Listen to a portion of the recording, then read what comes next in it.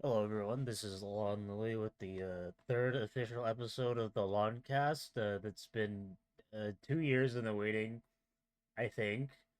Um, if you're wondering where I've been, school, life, all that type of stuff. Uh, there were some things I was a little dissatisfied with when it come to the first two episodes. It was like a little demotivating in all honesty, but you know what? New Year. I'm recording this on the 6th. It'll probably be uploaded on the same day because I have decided, you know what?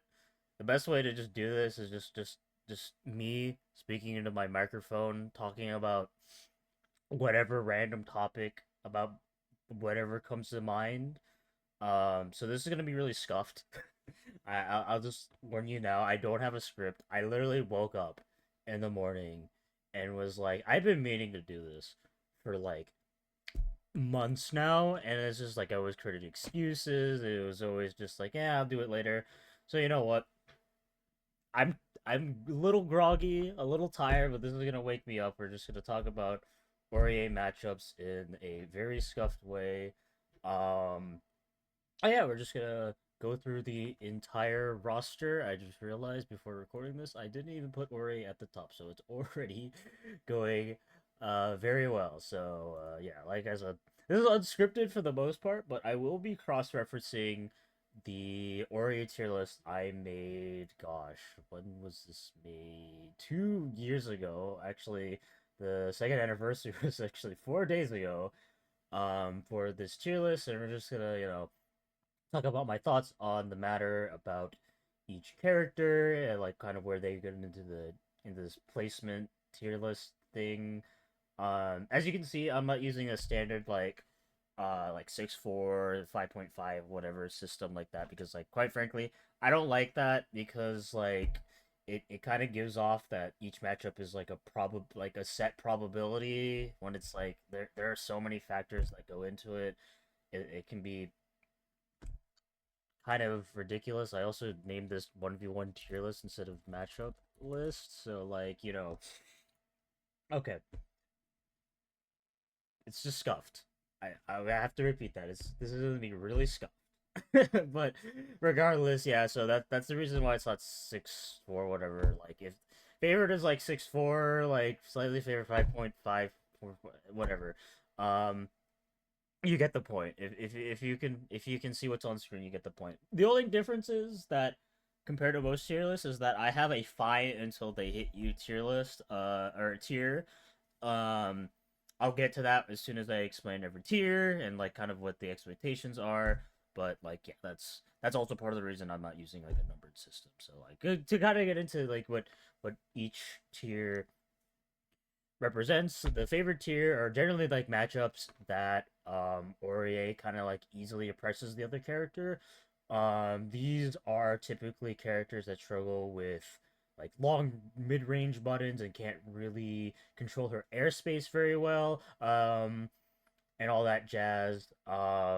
Slightly favored is, I guess, kind of a similar beat, but like generally the characters have a bit more options, whether that's through like better air control or just like some tool in their available kit that lets her or lets them at least contest her, but just generally like Ori has the advantage. Like these are characters that might have like some big buttons, or might have something like there, but they're not super consistent.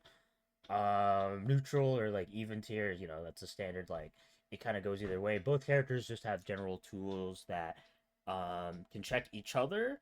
So neither character really has that distinct advantage of uh, like oppressing the other in any ways. Like this is I want to say generally for Ori, like neutral matchups are like characters that have equal air buttons or good anti-air buttons or good ground space control, or at least has like some form of projectiles that aren't like super oppressive for Ori to have to deal with. But like just in general, like just kind of looking at the characters in there, yeah, these are gonna be generally big button characters, but not like generally like slow big buttons or something like that, or like slow anti-air. It's not like super consistent, like the echelons, or they don't have like great air buttons to like air contest her. Fight until they hit you is a tier where I think in the neutral game, for the most part, Orie wins out. Um, like a lot of these characters generally kind of suffer from dealing with characters with her really good like long range buttons, or can't control her airspace super well, or like just generally stuff like that. But the caveat is Ori, if you know anything about this character, is generally pretty low damage, and like one of the main things too, and like why this is like a 1v1 tier list too, is that she doesn't have necessarily like the greatest solo Oki game. It's solid enough. She can get some conversions and mix off it, but your efficacy is lesser compared to most characters because it's generally unsafe, and you can't really pick off up a lot of your mix outside of resonance, and like these characters generally can outpace her with one hit, um compared to Ori, who has to do a lot more to work with that. And in addition, like these are also going to comprise of characters that not maybe like either the damage race or the Oki game, or maybe sometimes even both. She generally gets outpaced. Like they can get one hit and they can start snowballing, where it's comparatively a lot harder for Orie to have to get that hit to have to snowball, because it's like it's generally a struggle. Slightly unfavorable or slightly unfavored is characters where Orie has like some tools generally to maybe like get in, or like kind of um like fight out a little bit, but it's generally harder. A lot of these characters have really good zoning game, or just frankly better buttons. Um, I would say like for the most part, like these are like projectile characters, but these there are definitely a couple exceptions where Ori just like kind of just straight up loses out.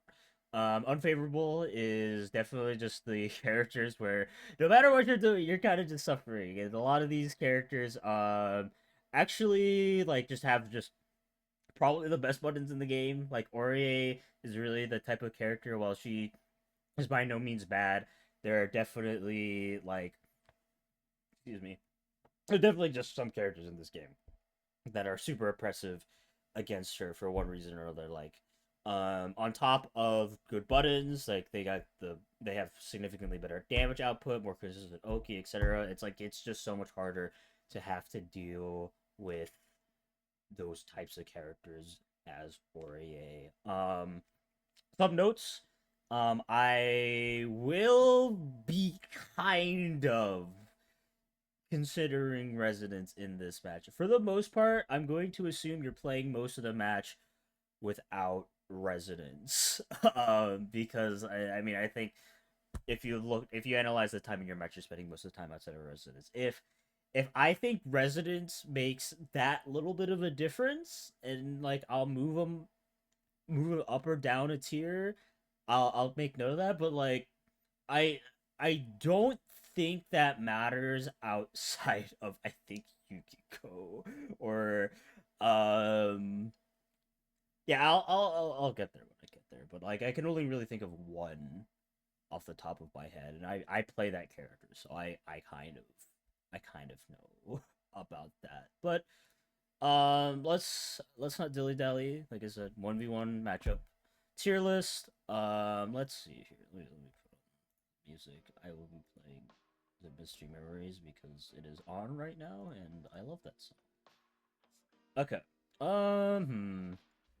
I'll probably start just top down. So I'll do favored first. First matchup is Noel. Um, if you play Noel at all, first of all, I'm sorry. Uh, but yeah, this matchup really sucks for her. Like if you're a little unfamiliar with how Noel works, she can be a little like tricky to have to deal with. But like, she really struggles when it comes to characters that can just up back and just kind of wall her out with air buttons, because she has really bad anti-air. she has really bad air buttons, and all her drive things lose to air buttons. So if she's just kind of, if you're just kind of just messing around with like drive stuff on the floor, all you could have to really do is just press J, right? And like for the most part, while like she can like maybe trick you up with certain moves, like as long as you're playing your cards right and just playing in your comfort zone, which is your airspace, or even if you don't feel like you have the time to go into the air for whatever reason, or they're just too far away, 2-1-4A is a great check against her, because even if like she dodges it somehow, you can just flip, and like I doubt that she'll be able to make it towards you. So like for the most part, I can't really see a world where Noel really can do much against a competent Aurier. Like, you would have to, like, quite frankly, you would have to really mess up for Noel to have to do anything, because, like, not only that, you can just push block her out.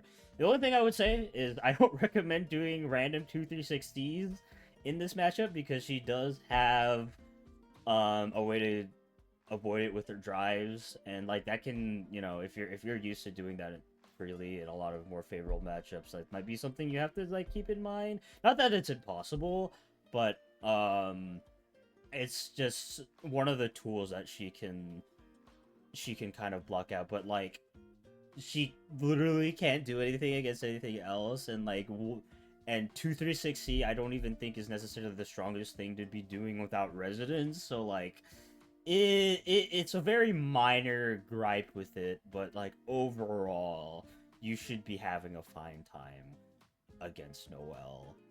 Okay. Next one up will be Kanji. Probably once again to the surprise of no one. Like, this character can be really threatening if they get the grab off you, but the fact that he's super slow, doesn't have a lot of great ways to like contest her air movement. Like, granted, the anti-air grab is surprisingly competent, but like I don't think it's fast enough for it to be a relevant part of the matchup. And if you're playing defensively instead of offensively, I don't think you should really have to worry about it. He has like way too slow of run speed to really just run up and just do it, right? It's like it's not going to be super relevant, but it is something to keep in mind. His 2B is actually like surprisingly good too as an anti-air, at least from my experience. So like generally overall, while like I think this character can really punish you if you try to approach them, it's Kanji, right? He's gonna be a character that kind of struggles with getting in a lot of the time, because I mean he's a slow character. He does have some movement options with what is it, 2-1-4B, whatever his like air movements are, but Ori's like air buttons are generally non-committal enough where you can like react to them on time, either with a DP or just an air dash out, and then if you dodge it, they're in a really bad spot, and like most of the time too, you can even punish that button. So like overall, it's not really that much of a struggle in the matchup, assuming you're playing everything well. Like, I will say, if you're caught off guard by a lot of things and you're not ready for the Kanji, this matchup can definitely get worse. But assuming your head's in the game and everything like that, you should be able to dodge all his movement options. His relatively big buttons are just too slow for them to be relevant, and overall, he's not a super threatening character in the solo game. He really relies on a partner to make up for his strength, and Aurier can really exploit them with her good buttons. Oh yeah, I even forgot to mention too, like, since if they're very airborne Kanji for whatever reason, like 2B is just a great check for them. And I think like because of how it works, like if he does the air grab, it kind of angles where you can easily get a conversion. If he does the chair dive, it also like lets you 2B and then convert off 2C into a standard ladder combo. So like, yeah, you just have so many options, and like I don't really think Kanji has anything that threatening unless he hits you, in which case it's a bit fine. But I don't think it's warrant enough to be put into fine until they hit you, because I think you just suppress him way too much. Okay. Next character looks like, yeah, Elizabeth. Also, probably not a surprise. Elizabeth being notoriously one of the worst solo characters in the game. Like, no mix. Pretty decent damage output, all things considered, but like, really awful neutral game. Everything she has is just so slow. And while it does have decent range on it, like, assuming you're playing like on top of her, she really can't do much. It's just like she really struggles to contest your airspace because of how slow and committal her JA is. Her anti-air command grab has always notoriously been kind of finicky and unreliable and like generally hard to like make use of. I've personally been hit by that thing in neutral maybe like 4 or 5 times in my entire time playing BB tag, and like most of the time it just doesn't work. Her projectiles are really easy to have to deal with. Like Bubadite is scary, but also it's a mid, so like you don't have to worry about it, and you especially don't have to worry about it if she's not an awakening, and even if she's an awakening, she's probably also at low health, so you can start playing more proactively and hopefully like not giving her enough space to set up anything. And like even if she does hit something right, she's not getting much reward off it. Like I think her only approach option really is Garudine, and that move is pretty easily reactable and pretty easily avoidable and doesn't really lead to that much threatening pressure. All her stuff is push blockable despite the fact that she's a persona character. Like, she has some threatening tick throw stuff up close, but, like, yeah, I don't think that she should be getting up close against Aurier because Aurier plays the mid-range too well for that to really be a problem. Yeah, I'd say, like, if she is an awakening, yeah, watch out for that Bufadine, the 214A, because it can lead to a combo in resonance, and it can lead to a lot of damage if you're just kind of brainlessly throwing around JAs. I mean, even then, like, I think JA has enough recovery where it shouldn't matter too much. Like, if she gets you at a specific time, yeah, it can be kind of spooky because that persona does have a bit of invul. But like, assuming you keep all those things in mind, you can keep her locked down relatively well. And I feel like I'm forgetting something in her kit. I guess she has healing too. Oh yeah, I'm forgetting, like, because she's a persona character and a very persona heavy character too. Due to like how long her buttons or how long Ori buttons are, you can break her persona really easily without putting yourself into too much danger. So like, she's playing at so many deficits. Like I don't really see how Liz can get into a favorable position in this matchup at all. It's a bit of a struggle. I think most of the losers that I play against really don't like fighting Aurier for good reasons. So yeah. Gordeau. Poor guy. Can be a little bit of a pain because his 2B is a good anti-air, but besides that, like, horrendously slow, like, buttons. They are big, but like Gord 5B has such a weird hitbox that even though it's a gigantic swing downwards, I don't think it really hits a lot of the airspace Aurelia likes to be in, and it's so slow that, like, if you whiff it, I'm pretty sure you can punish it or at least get some offensive momentum on him. And even his, like, relatively faster buttons are, like, really stubby for the most part. Like, the only thing you have to worry about in this matchup is 2B. And it is a pretty slow 2B, so I could only really use it defensively. If you kind of just play neutral and kind of just wait for him to start doing things, or even like just start running away because he doesn't really have good chase down game, I think Gord really struggles to catch Aurier.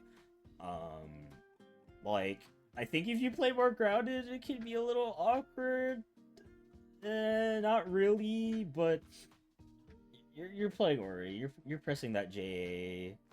And if you're staying on the ground for the most part, you're either doing 2-1-4A or 2-3-6C, which I think all get beaten out, or at the very least you can control the space well enough or maneuver yourself well enough that you don't have to deal with a lot of what Gord can have to deal with. I mean, it's Gord. He's a very poor character in general. He's not super threatening even if he hits you. And like a lot of his stuff is very push blockable. So like, yeah, I can't really imagine a situation like he has more health than you. I think he's an 18k health character. I'm actually not sure about that now that I think about it, because like I don't remember the health total. Let me look that up real quick. Not that I think like health totals matter too much in the grand scheme of things, because like just in general, like it sometimes in a way, like it doesn't matter what character you're fighting against, Ori generally needs more hits, and I don't think the extra 1k health. Yeah, he is 18k.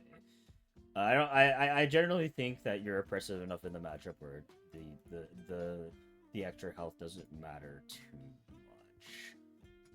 Like going forward, that's going to be relevant for most of the characters that fall into the bracket. Is like I'm not going to consider the health totals too much, because it's either you play the neutral game well enough and you can kind of just vortex them anyways, or like the other character doesn't do enough damage to you for it really matters, or like they do too much damage to you, it doesn't really matter. It's like the health totals, to, at least in my view of things, don't matter too much. So moving forward, I won't consider it. So yeah, Kanji's 18k, Liz is 16k. Like it doesn't really matter. Those don't affect how you play the neutral game or how oppressive Ori is. Speaking of, I think a 60k health character, Sama. This is one of those characters that I think like Ori was directly designed to counter. Because Hazama being a character that really loves his airspace, really doesn't like the fact that JA is one of the better air buttons in the game, and it's really easy to chase him down and prevent him from getting space to do his chains. Or alternatively, even if he does get that space to do his chains, if you play defensively enough with 2B walling or JA walling, you can really snipe him out, and even if he air stalls, like you can generally find. Alright, well, I got interrupted. It's really scuffed as always. Anyway, Susano'o, like, yeah, generally good air buttons. There's like nothing he can really like. His ground game is awful. Like if he stays on the ground for whatever reason because he's like super scared of your airspace control, then like you can really just tap him out. If he's like trying to approach you once he's made that space on the ground, then like just JA, his anti-air is really slow. Yeah, like it's just generally, if you just like control his space well with JA, I don't think you can really do much. Yeah. I really wish I didn't get interrupted because I feel like I lost my train of thought there, but it's okay. I'm glad it was on Hazama because I don't feel like there's much to say except just JA him. And like just run away from him or run towards him, or like you can do anything in this matchup. I think you'll be fine. All right, Makoto. Another character that's just bad. Like she has probably some of the most inconsistent buttons in the game. I've gotten hit by her anti-air 5B a couple times because I don't expect it to actually work. But like, it's so short that like if you just air dash back while you notice her running up to you, she can't do much. And like, I think it's even long enough that if you go at it at a certain angle, she can't hit you at all with it. It's really just not good for her. overall just really stubby buttons. Her projectiles are like literally nothing to worry about. Her damage output is a lot higher than Aurier's sometimes, but like outside of that, like if she tries to JC or not JC, 2C like shenanigans you can just like air button her, 2-1-4 her, run away, like do anything. Just yeah, like any character with really short stubby buttons is generally going to be more favored for Ori, and like I think Makoto is a perfect example of that because she has very little in terms of tools to have to deal with because like yeah, her air buttons are also pretty meh. Yeah, just don't get hit and she'll never do anything to you. No like good damage, but like it doesn't matter if you can't get those hits in. Yeah. I think that's a fine place to put her. Alright, Tager. Once again, another character that can be really spooky if he hits you, but like it's Tager, so it's not gonna be the hardest thing in the world to do.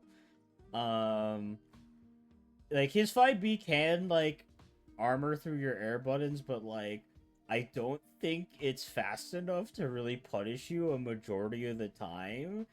And like if he's starting to do that, then like you have one of the best tools to counter that, which is 2-1-4 Like if he's 5Bing a lot and you're getting your JA armored, like sitting on the floor and just 2-1-4 is like such an impressive thing to do against him. Sparkbolt is a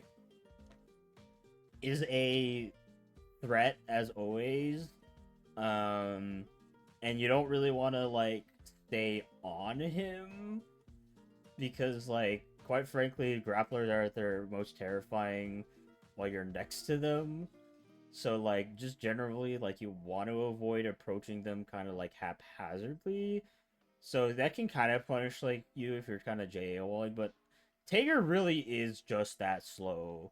And unlike Kanji, like doesn't have like any good movement options where like I don't think you need to necessarily be threatening with like JA walling. You can kind of just sit there and wait for him to like do something and then react. Like obviously you want to be constantly trying to move away from him and not trying to back yourself into a corner. But if he tries to get in with 2B, you can always just like air dash back in JA and like punish him. If he's just like if he starts 5Bing to like armor through things, you have like 2-1-4 to go through that. If you start spark bolting, you can play more on the defensive side. And even if he gets in on you, like depending on what he does, if he tries to like 4A you and like tick grab you, you can always push block out.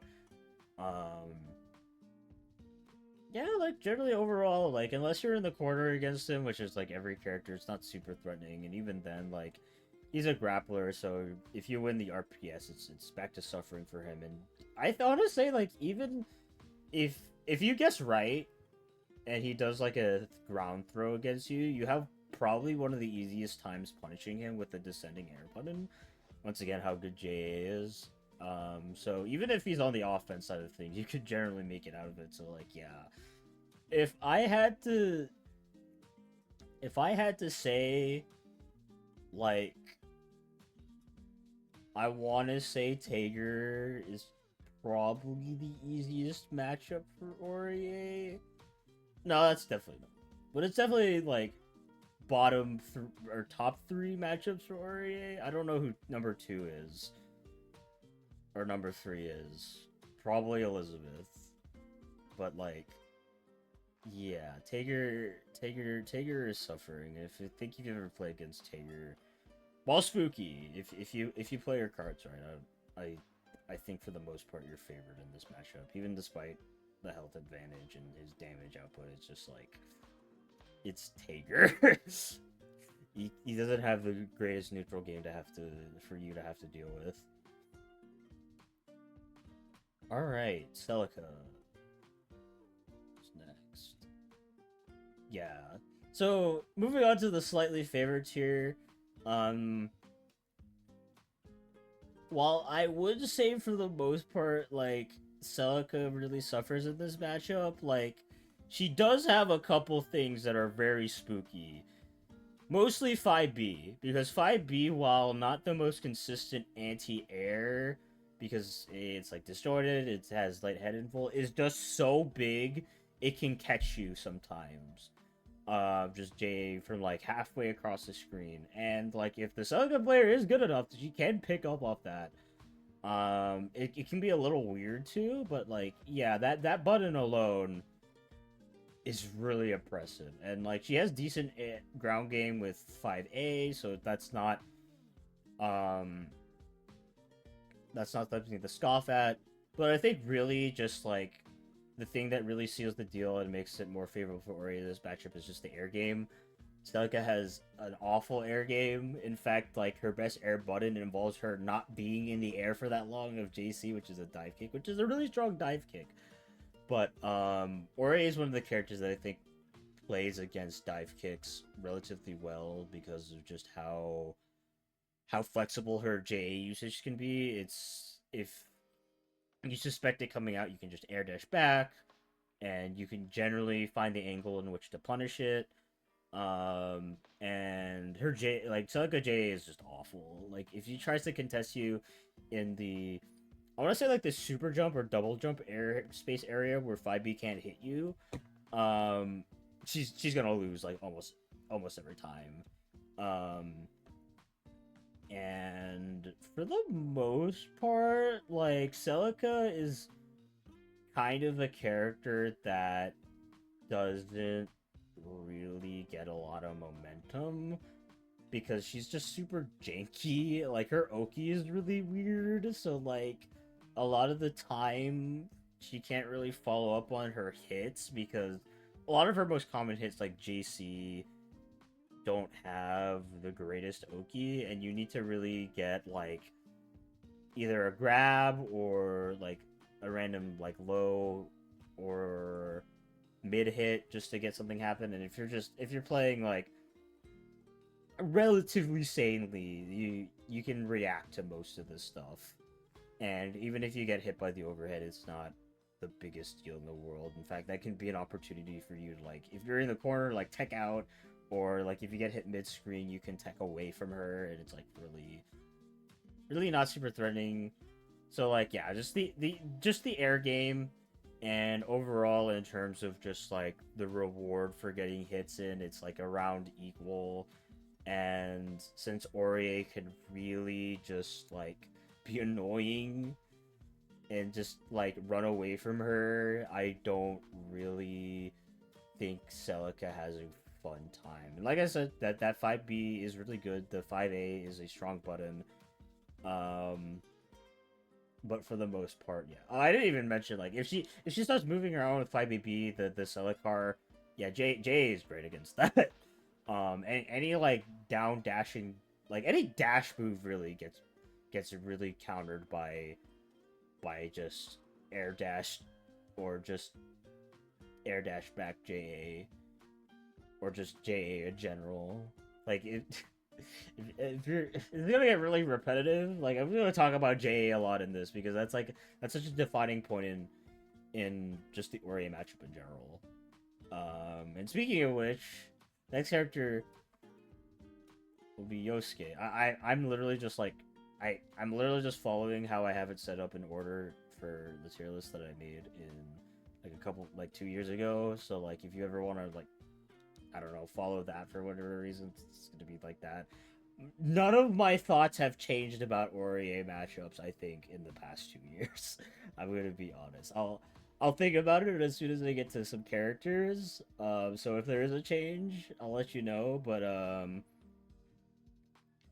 yeah, I'm looking at the list and I don't think much has changed.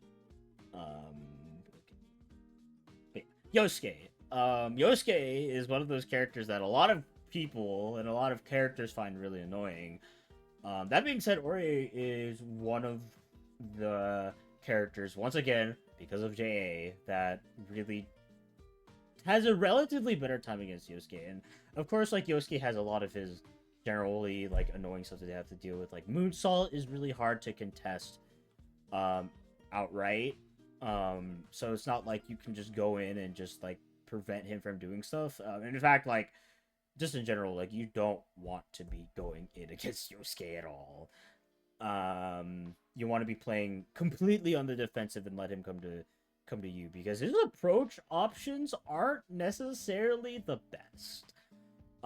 He has the dash on the ground, which can be good, especially if he gets it on block, but other than that, like V slash is very easily countered by JA by just like dashing back. Moonsault isn't super threatening if you don't just approach with it. The dash can be beaten out with JA. So if you're just playing super calmly, super defensively, letting them come to you, this can be a really comfortable matchup.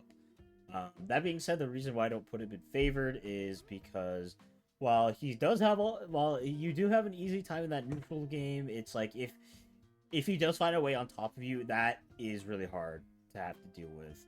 And he can really start spiraling from there. It can be really hard to find your place if he's in his comfortable range, which isn't necessarily like the easiest thing to do for him, but it's not impossible, and it's definitely reasonable if they decide to what's that called?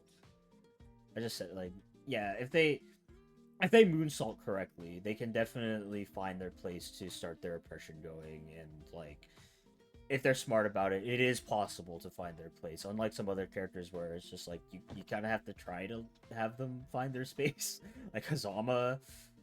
So overall, just things to worry about are like the dash. Make sure that he doesn't do those dashes and you're fine. Make sure you're not playing in moonsault range, and make sure that you just don't get V-salt or V-slashed, and I think you should be able to repress it with JA a lot. Like, I don't even really think it's worth doing much outside of JA in this matchup. Like, JA walling is all you really need.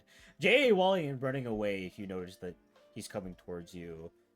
You always want to be on the other side of the screen as Yosuke, even in the, like, honestly, even though, like, Ori's a mid-range character, like, I don't even want to be in the mid-range with him because of how funky, like, moonsault shenanigans can be, or, like, V-slash, or all that fun stuff that he has, or, like, just persona pressure. So it can be kind of weird to, like, want to be playing, like, full screen, but, like, honestly, like, that is what you should be doing. Alright, Labyrs.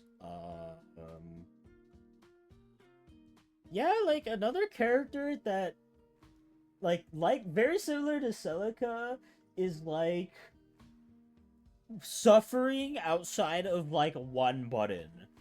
And that one button is really good, which is her JP. That thing is ginormous. It can lead to good conversions if given the right amount of space. It can be really impressive, actually, for Ori to have to deal with. Outside of that, like, her ground buttons are pretty bad and slow. You can definitely jump in on her because her anti-air is generally unreliable despite how big it is. If she tries to, like, chain knuckle you, you always got your little trusty air dash back JA. And if you're actually on top of her, JB isn't super big of a threat because while that button is huge, it is a really good button. It's really slow. And I think generally, like, the way you want to be playing this matchup is you just want to be on top of her. And it's really easy to, because it's really hard for her to contest mid-range space because of how bad her ground buttons are and how unreliable her anti-air is. So if she's, like, playing in the air, you want to be careful, right? You don't want to just go in, you don't want to get hit by the huge JA. But, like, as soon as you notice that, like, there's a good spot to jump in on her, maybe she's just recovering from just doing a JB and she's on the ground, that's when you generally want to go in. Maybe even you want to, like, throw out a thrust here or there because it's really hard for her to deal with that type of stuff. Like 2360 in this matchup is definitely something I think is very valuable to have, just so that you can always keep on top of her and she doesn't get that doesn't get the time to use that JB. I think that's good. For the most part, like, I think you should be fine. And of course, like, Labyrs has good damage output too, but a lot of it is locked behind high axe meter, and if you are playing defensively, that axe meter is going to be going down and down and down, and you're not going to be really super threatened by it. And of course, like, since she has some persona moves, it can be relatively easy to break them, like, especially Vibe B, for whatever reason she's throwing out that god awful button, is like super easy to break with like 2-1 for A or something. So yeah, just keep in mind, like, she does have some big buttons, but for the most part, they're too slow for them to be relevant, and for the most part, you should be fine. Like, if the I honestly think Labyrs is one of those characters that's more scary as an assist, because her 4P is really good and really can catch you jumping in a lot of times and controlling your airspace. But 1v1, I had a huge set. Not to mention her DP is awful too, so like, you can, even though it's guard point, I'm pretty sure you can safe jump it still. Like, God, what an awful character. How do you Labyrs players, like, deal with her? I will never understand. Shoutouts to the Labyrs players though. Y'all some chill people. All right, Platinum. I'm gonna be honest. I've played against this character maybe like 4 times in my life.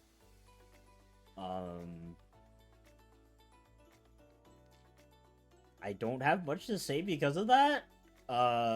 She's kind of a bad character solo. Like, I don't think she doesn't have good air buttons. I know that.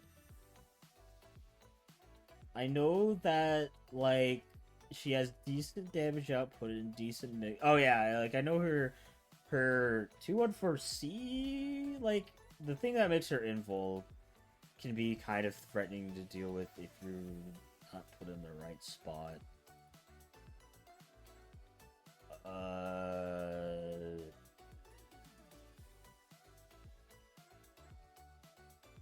I really don't have much to say because this is like a unicorn character. I'm gonna like TLDR and say she has short buttons, you have long buttons. It should be easy to attack her. I don't know why she's in slightly favored instead of just favored, to be honest. Oh, I think it's been, yeah. You know what? I do have more to say because her install state projectiles are actually really hard to have to deal with. That, I think that's why I put her in slightly favored, because I think most plat players try to be an install as much as possible, and like, those projectiles are super annoying to have to deal with. And like, this is like a good like 15 seconds where you have to deal with their super mode. Can give her the maybe slight advantage, or at least make it a bit neutral. I know you can kind of jump over her projectiles too, so it's not the most annoying to have to deal with, but I think you still land into most of them if she does the EX. So like, it's still something. It can be annoying to have to jump in on her, but like, I think outside of install, this character is not super threatening. I think. Yeah, I'll go with that. Another character that, like, I don't know what I put here is Jubei. I can kind of see why. I've played against maybe like 2 Jubeis in my life, and I think I got like my ass rocked by them. So like, if I'm going based off that, I'll probably put those slightly unfavored. But I remember like talking with some other Warrior players that are a bit more knowledgeable about this subject, and I think for the most part, what they said was that Shiranui, which is cat paws, is like, it's JA-able, like, not while he's doing it, but you can kind of avoid it and just kind of contest the aftermath with JA. And like, if he tries to approach you with that, you can generally find your space to just JA him. I don't know. Once again, very unfamiliar with this matchup.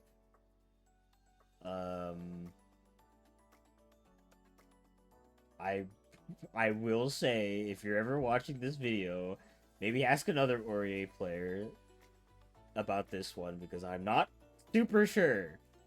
I want to say too that like JB, which is one of the moves that I see used most often, is like very counterable if you just 2B or just like push block him away, and like isn't super fast or active enough where like JA can't beat it, but like I'm not entirely sure about how this matchup plays out.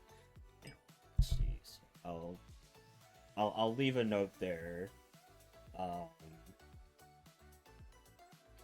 Izayoi, again, one of those characters that I can't fight against, but like I know is a slightly favored matchup for the most part. Like, with the exception of Rachel, I think most of the characters that like are very air heavy, like Izayoi, Hazama, Yosuke, like Ori generally has a good time with. You can really counter Flight Dash with just JA walling. And for the most part, like she doesn't have really big air buttons to contest you. I mean, by nature of the character, her air buttons are very stubby. She can get into a vortex and like oppress you if she gets the hiss in, but like I think solo Izayoi is relatively fine. Like I mean, if this was a 2v1 cheerless, it'd be different, but like her Oki is generally like I think you have to commit to an air dash, which means like empty jump lows are a bit less threatening to have to deal with. So like I'm sure some good Izayoi players have found like ways to do it, but like for the most part, like Ori just being able to control the airspace should give you the distinct advantage in this matchup. And while Izayoi does have some ways to get it in through like teleport or good flight dashing, it's like overall, as long as you're hunkering down and making sure that she doesn't get your space, you should be fine.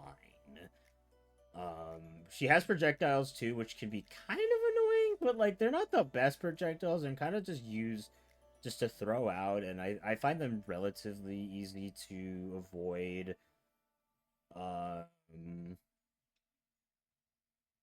Yeah, like I'd say slightly favored is still a good place to put her. I don't think there is a huge amount that she can do. Yeah. Yeah, that seems about right. Alright. Even matchups. Now, these ones are a bit more... I guess a bit more complicated to have to explain. Yeah.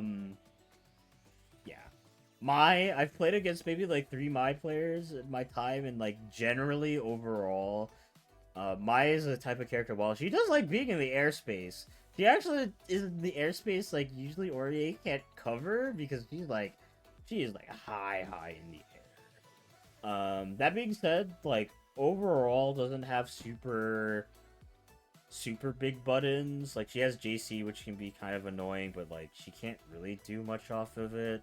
If she starts doing her ground dashes, then like JA, once again your friend.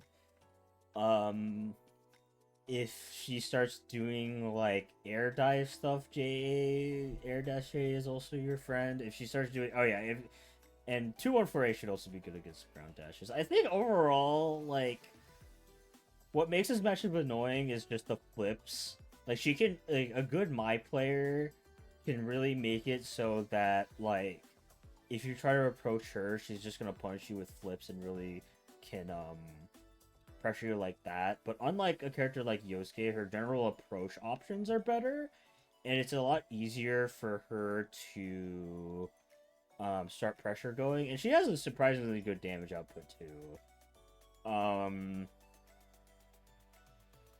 I want to say out of all the even matchups though, like if it was a tiny bit in favor of anyone, it would be Ori, just because like general space control is a tiny bit better on her part. You can kind of poke her out. I really emphasize kinda, because it's a lot harder than it might seem, just because her dashes are very, very difficult to have to deal with. So yeah, like neutral even. I think that's a fine place to put her.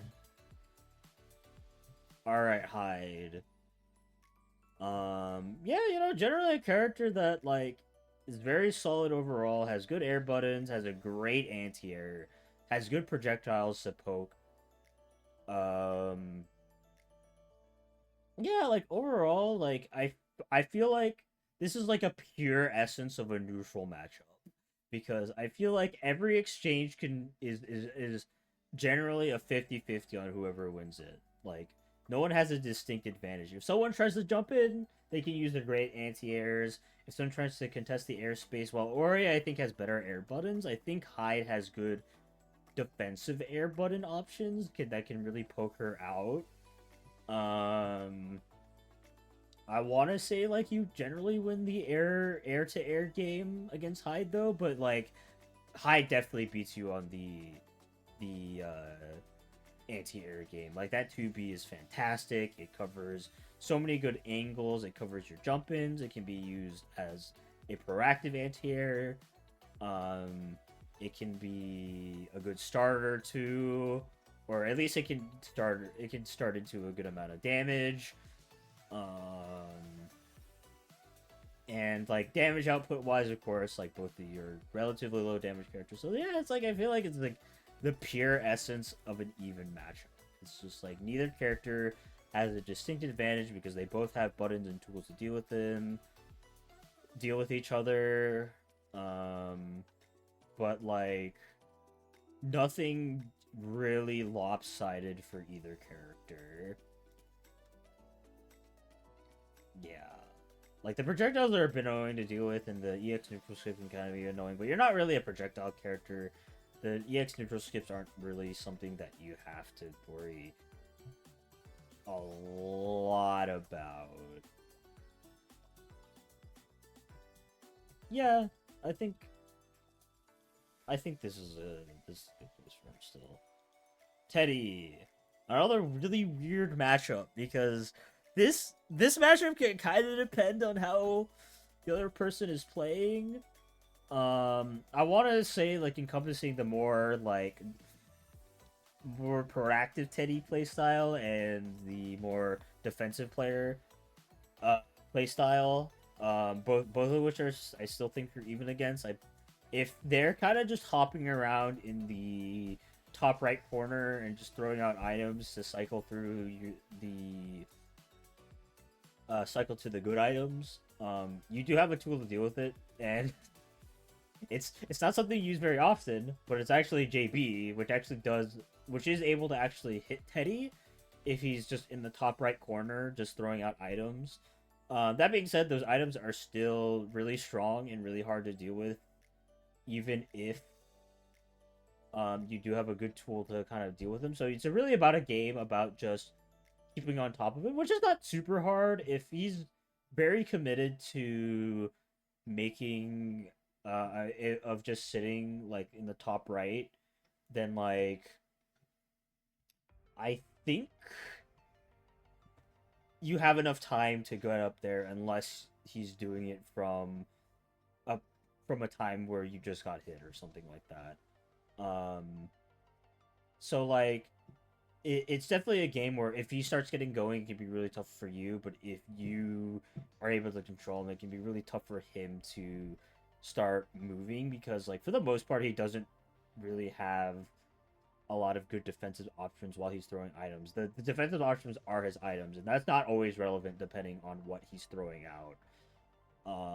And for the more proactive player, like that really likes using bear screw, for example, of course, it's like a forward moving move.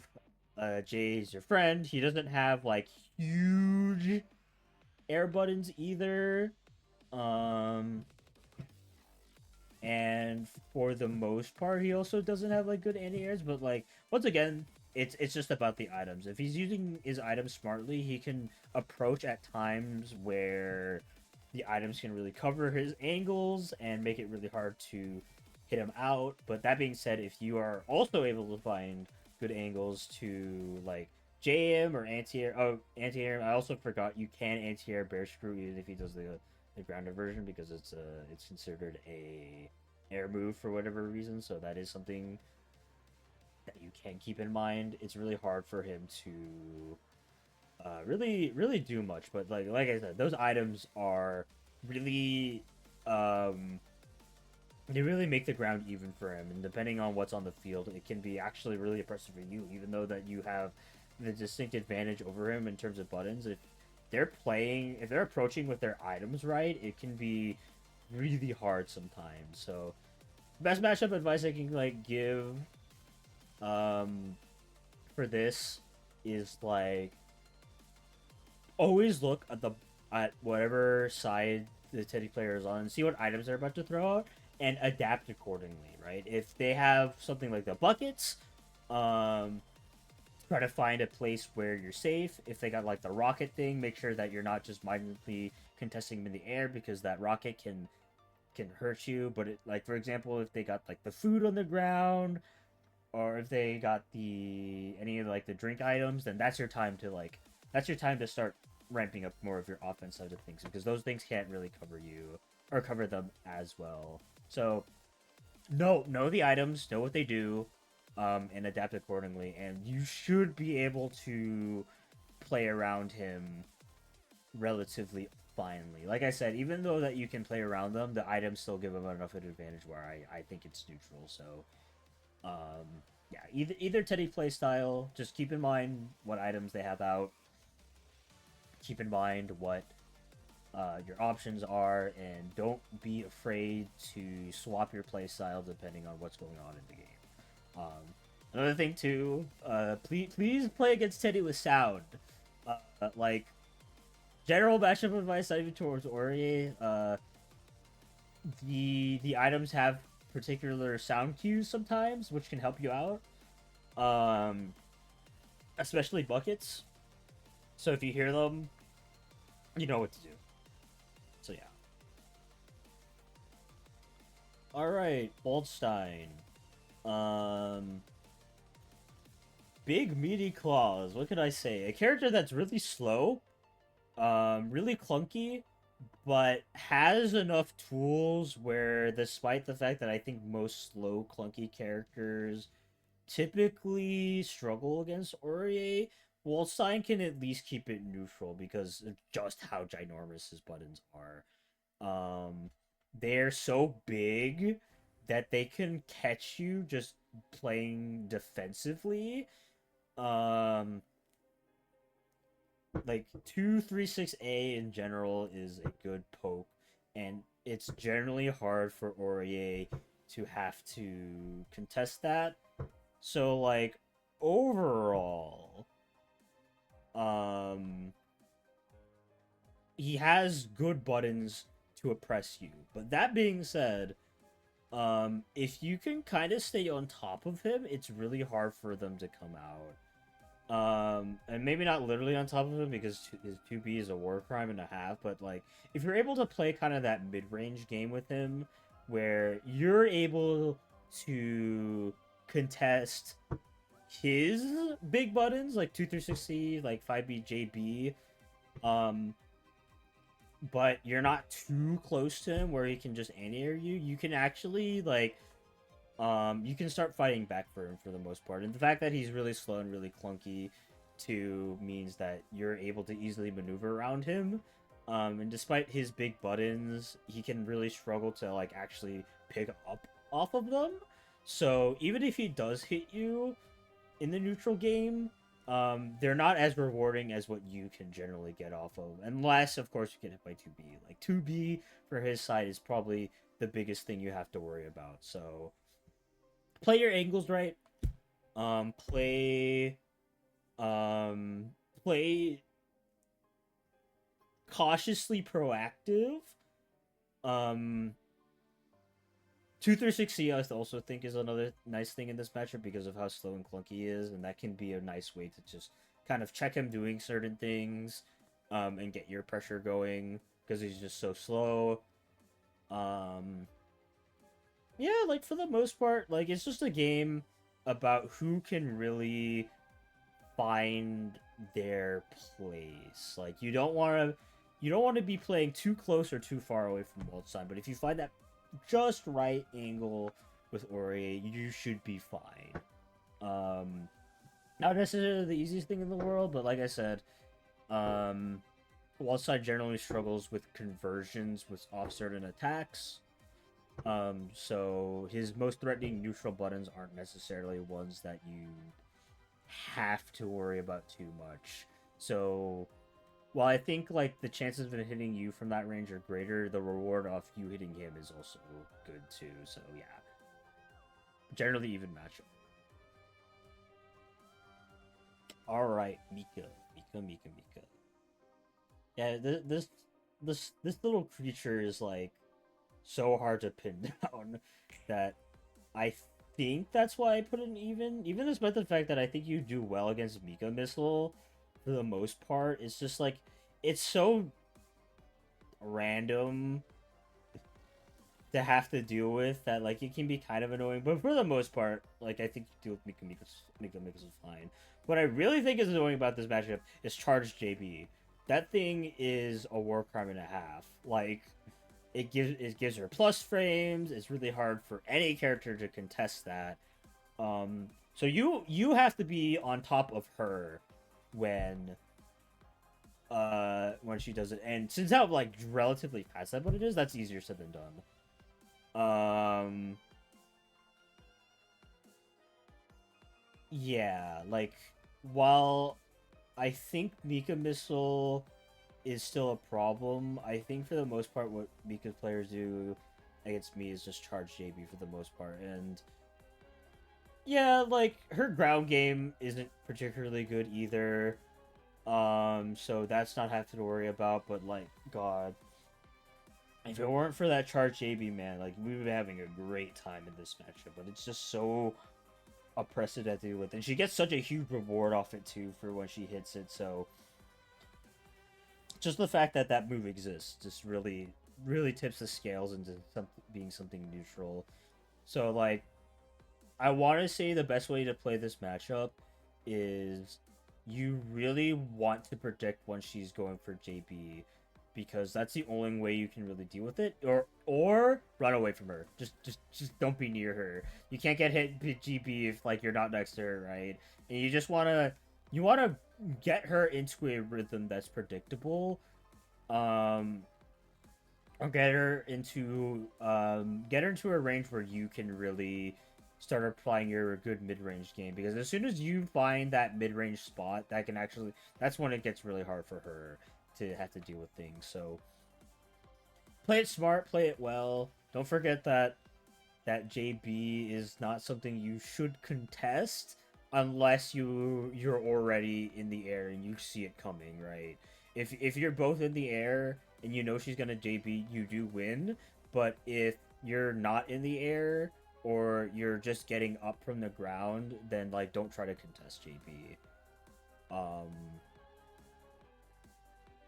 yeah, I think that's mostly what I have to say about this matchup.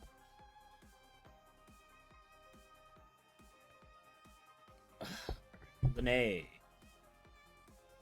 Um, Once again, like I think this is the purest essence of a neutral matchup.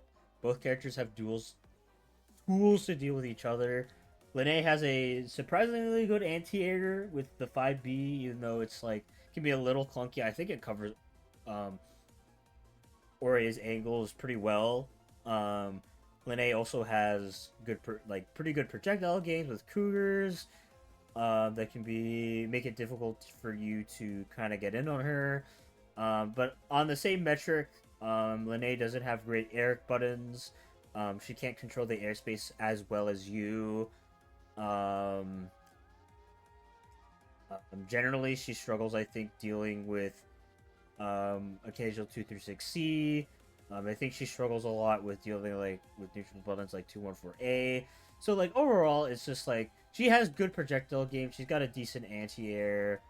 But overall, she has like kind of stubbier buttons that are easy for Ori to deal with given enough space. But the projectiles can prevent you from getting in. So it's like, it's kind of a dance that you have to play. And Linne generally overall is a matchup that is neutral whenever I play it. Like best advice I can give is, um, since the projectiles are the biggest things, if you can find a place by like kind of super jumping over her, like her projectiles, and like finding a spot where you land in front of her, I think she kind of struggles when she's in that space against Aurier. But like getting there can be easier said than done because she's also a really slippery character, so she can just run around, start causing problems, and really just being a pain in your butt. So just keep that in mind. Play it proactively, but don't let yourself get caught in her shenanigans for the most part. Like her run speed, I think, is the biggest thing to note, where she can really take advantage of when you're slipping sometimes because of it. But for the most part, like as long as you're playing it fine, you have you have good enough neutral tools where you can deal with this type of stuff. Alright, Neo. Um, one of the few characters that I think beats you in the air straight up because her J is like 8 frames or something is like kind of ridiculous. It's one of the surprisingly better air buttons in the game. And just because of that, like her air game, I find this to be a, even though like for the most part like she has bad air buttons, and or not bad air buttons, sorry, bad ground buttons, she's has good enough air buttons where she can kind of contest you in the air, and she's just slippery enough where I think she's just annoying to have to deal with, that like she can kind of make up for her flaws of the air, her with her air game, that I think for the most part really tips the scales into being even. um yeah, and I think for the most part Neo also gets better like reward off her mix too, because she actually gets a conversion off her overheads if played well. But I think you can also deal with a lot of her teleport shenanigans by just like running away. Her air, her ground, like um her ground dash is really easily contestable. She doesn't have a good anti-air. If she starts doing parasol like shenanigans too, I don't think it's super threatening. Um, yeah, like overall tricky character. Got to be careful of her on the defensive side of things, but for the most part, I think Ori has good enough like neutral tools that it's not a super pain to have to deal with.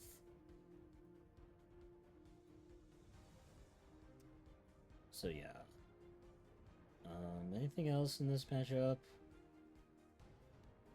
Oh yeah, general matchup advice. If she does like the like 2-1-4X series where she pulls out her parasol and it's either a overhead low or counter, just backdash it. It's a guaranteed way to have to deal with it. General matchup advice. I don't see anyone do that. All right, Jin. Where is he? There he is. Um,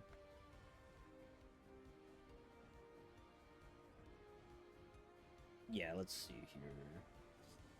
Jin is, I get once again one of those like pure essence of a neutral matchup characters. He has good air buttons. You have good air buttons. He has some projectiles. They aren't the greatest projectiles, but there's still something. Um, Overall, it's just kind of a battle of who can get their airspace in. Like both have good anti-airs too. He has projectiles, but like they're relatively slow. He has ice car to get in, but you can kind of just deal with it with air dash J.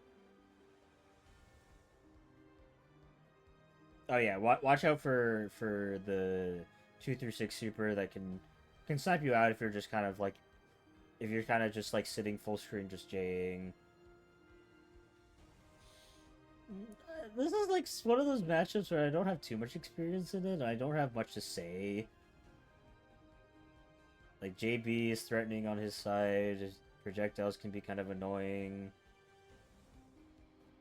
Like I just think it's a JB battle, JB versus JA battle, in which case like you both have enough tools, or you both have enough tools to deal with. Yeah, I don't know. There are no Jin players.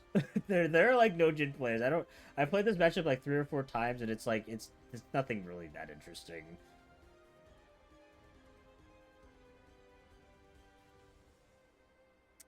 Yeah.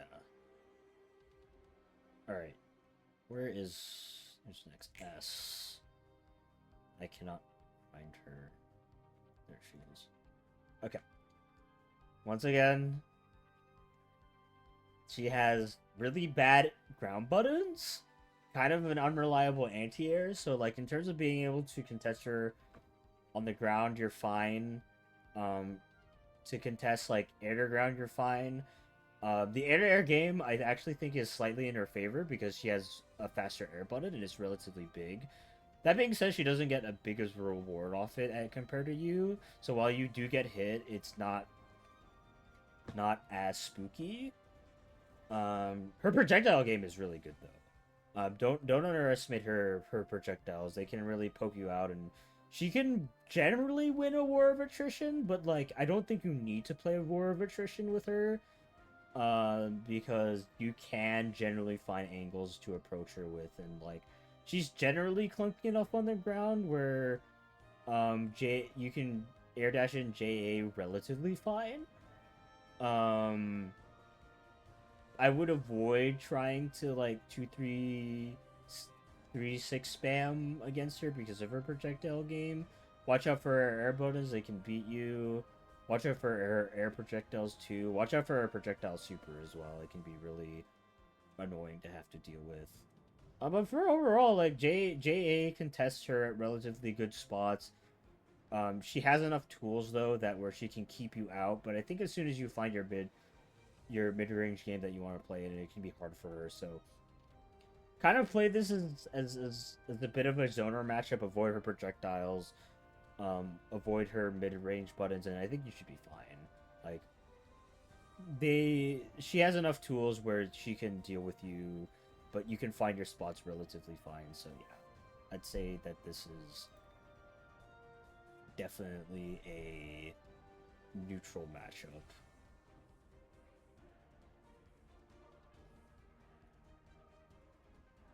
All right, who is the next? Seth.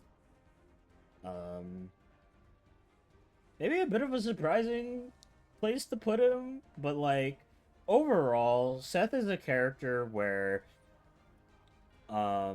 he has short stubby buttons, but like, he has such great ways of getting in. He has great pressure options that can make it really hard for Ori to kind of get out of his stuff. That being said, like, Orb is annoying, but I think for the most part you're able to kind of like poke it out relatively well. And you can kind of deal with whatever neutral game that it has to come up with.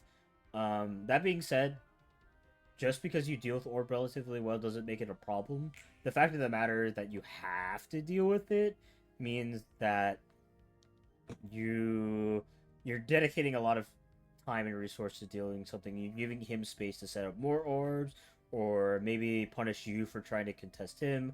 And overall, while like, I think you can deal with a lot of his options relatively well, just the fact of the matter that you have to dedicate some time to dealing with whatever he's putting up makes this matchup like, gives him a lot more breathing room to do his stuff. And when you give Seth that room, it can be really oppressive sometimes. His Oki game is pretty disgusting. His orbs can still poke you out if you're forced to have to deal with him and the orb at the same time, right? It can be a little hard, especially if that orb is already coming at you. So it's not like he has nothing. So if he's like already in your face, it's definitely in his favor. But if you're kind of both playing the neutral game, I think it's a little bit in your favor. But just the fact of the matter is that he's such a slippery character that he can really make opportunities for himself. So it's that fine game between oppressing his options, like his orbs and his dashes, and finding places finding time where he doesn't have the time to set that up.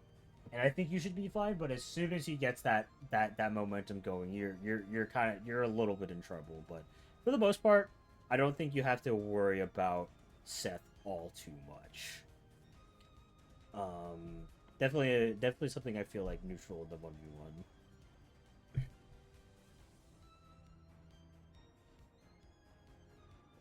Take a sip of the water. Alright, Yuzuriha. Another really annoying character, but while I would say for the most part, if you try to like do anything against her, she's favored. Yuzuriha is one of those characters. If you kind of just like sit back and do nothing, like she can't actually do much all by herself. She's one of those characters that really relies on um on a partner to get stuff going, because like if you just sit on the left side of the screen, she legitimately can't do anything. Like if you sit in a corner and do nothing, like she can try to get in and do something, but like she's not she's a zoner, right? Like she wants to be on the other side of the screen and forcing you to come to her. Um which is hard to have to deal with, and I think that's why it's neutral. So it's an attrition game, right? You need to force her to come to you somehow, or force her to whiff something so you can get in, which is easier said than done.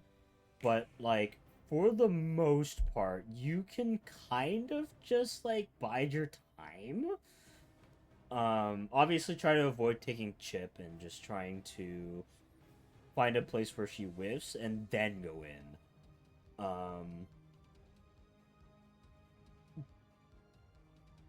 Not to mention, like, a lot of her moves are also like not disjointed at all. So like, if you if you're able to just play it patiently, let her commit to slashes, let her commit her to teleports, let her slowly inch in closer, right? So she and force her to have to do something.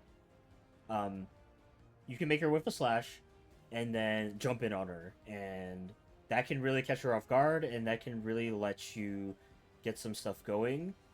Um, Not to mention too, if she's just sitting there in stance, um, the more she moves closer, the more your J gains in value. So it's a really weird matchup to have to describe, to be honest. And I'm definitely not doing a good job of talking about it.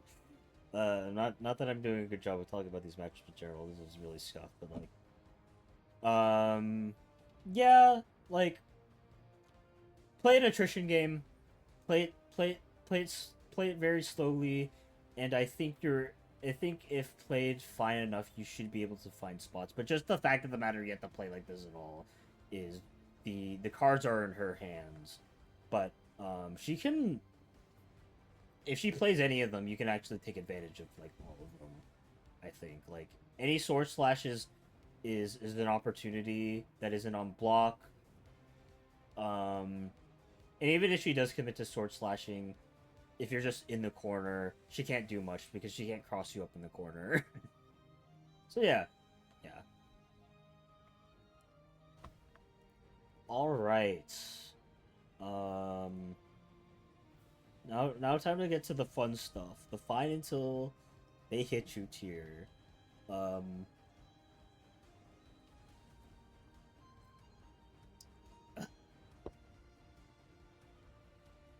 yeah, these are a lot of characters that just like, quite frankly, they just completely beat you out of the damage race, and that is super relevant as a relatively damage character like Orie. It's just they need less hits compared to you.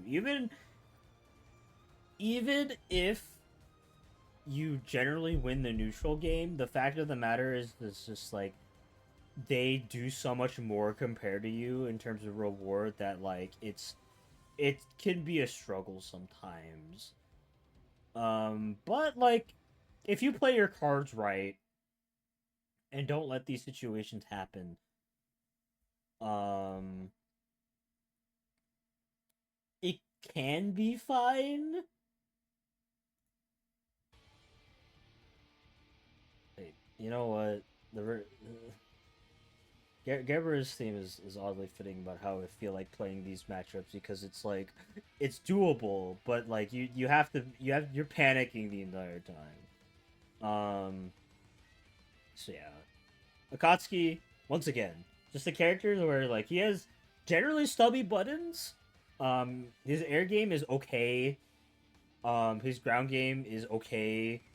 But he has stuff like Tatsus that can really like surprise you with certain things. Even with how good Orya J is, I still sometimes get hit by that because they're really hard to contest sometimes.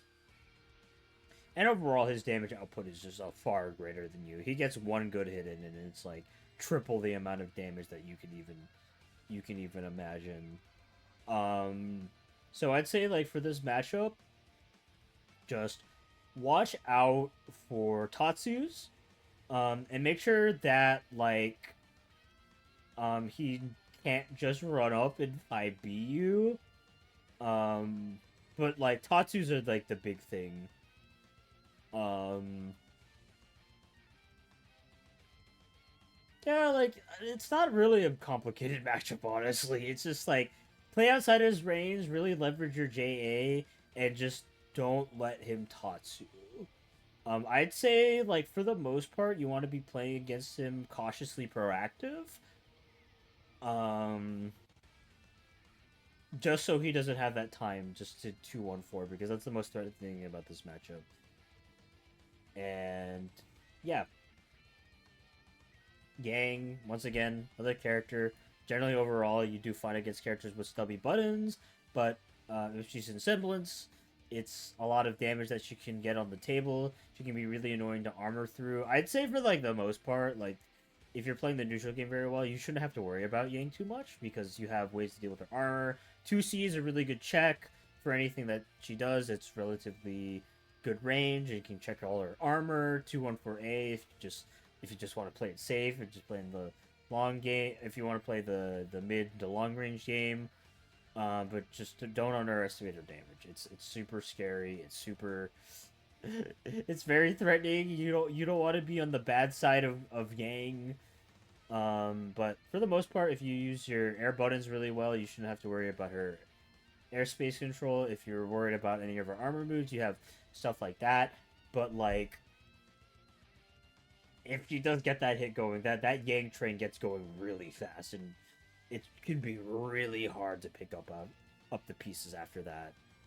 Um, so yeah, um, don't don't play too complacently, but if you're able to play at your range, you should be fine. Adachi.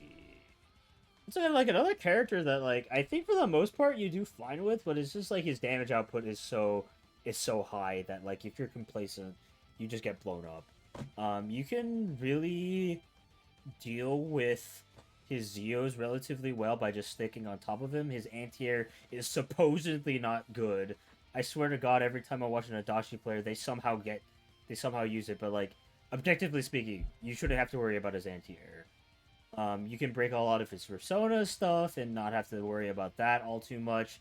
Like obviously Bizio is not super big of a problem in the 1v1 because you can kind of just push something away. Azio is something you have to deal with, but as long as you're playing on top of him, that's not something you have to worry about. His defensive options aren't like super great for the most part. He has a decent mash out option that can lead into some good damage, but if you're just playing at your ideal range, he doesn't have much to deal with. But like, yeah, if you get hit, you're getting blown up, and his pressure game can be very oppressive to deal with, and can be sometimes hard to get out of too because it's all persona based. Just keep in mind, like, don't play super scared on defense. Just play calm. Wait for him to commit to something, and then push block him out, and then you can go back to the neutral game, and then everything should be fine. Just keep him in his place, and it's not too hard to do that because he's a very committal persona character. Yeah. All right, Hakumen. Yeah, for the most part, like if I had to pick a character in here that was like that could move to slightly unfavorable, I'd say it would be Hakumen. But for right now, I'm gonna stick with the tier list that I made before. He has very big buttons that are very hard for Ori to deal with sometimes, but like he's very slow, very clunky, and as a result, you can kind of play around him relatively well because he has to hop in, and as long as you're not playing into his strengths through his counters and you're not just mindlessly throwing out buttons, you should be fine. Um, Generally, another character that counterintuitively, despite the fact that he has counters, is someone you want to play on top of because he has relatively slow buttons. You really just want to prevent him from doing his dash or JB shenanigans, and I think you should be fine.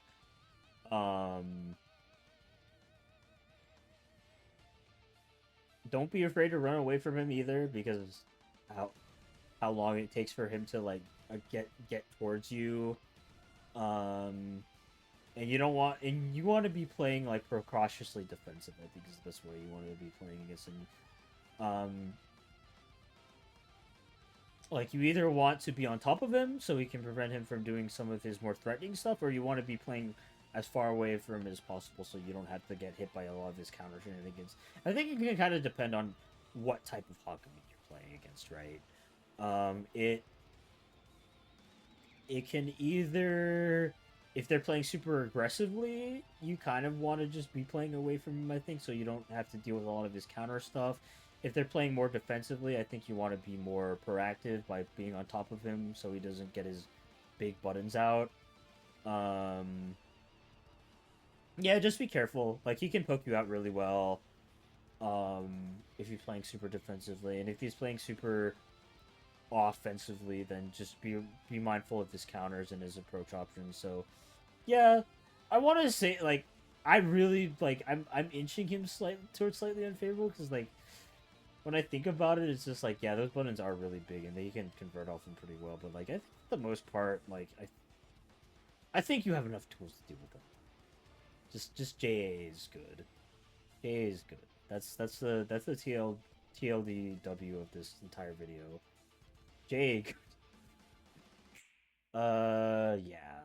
Oh, not to mention, yeah, you definitely lose the damage versus against him for sure. Hmm.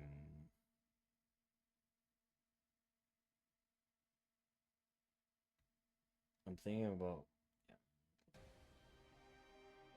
play library. Good game. Uh,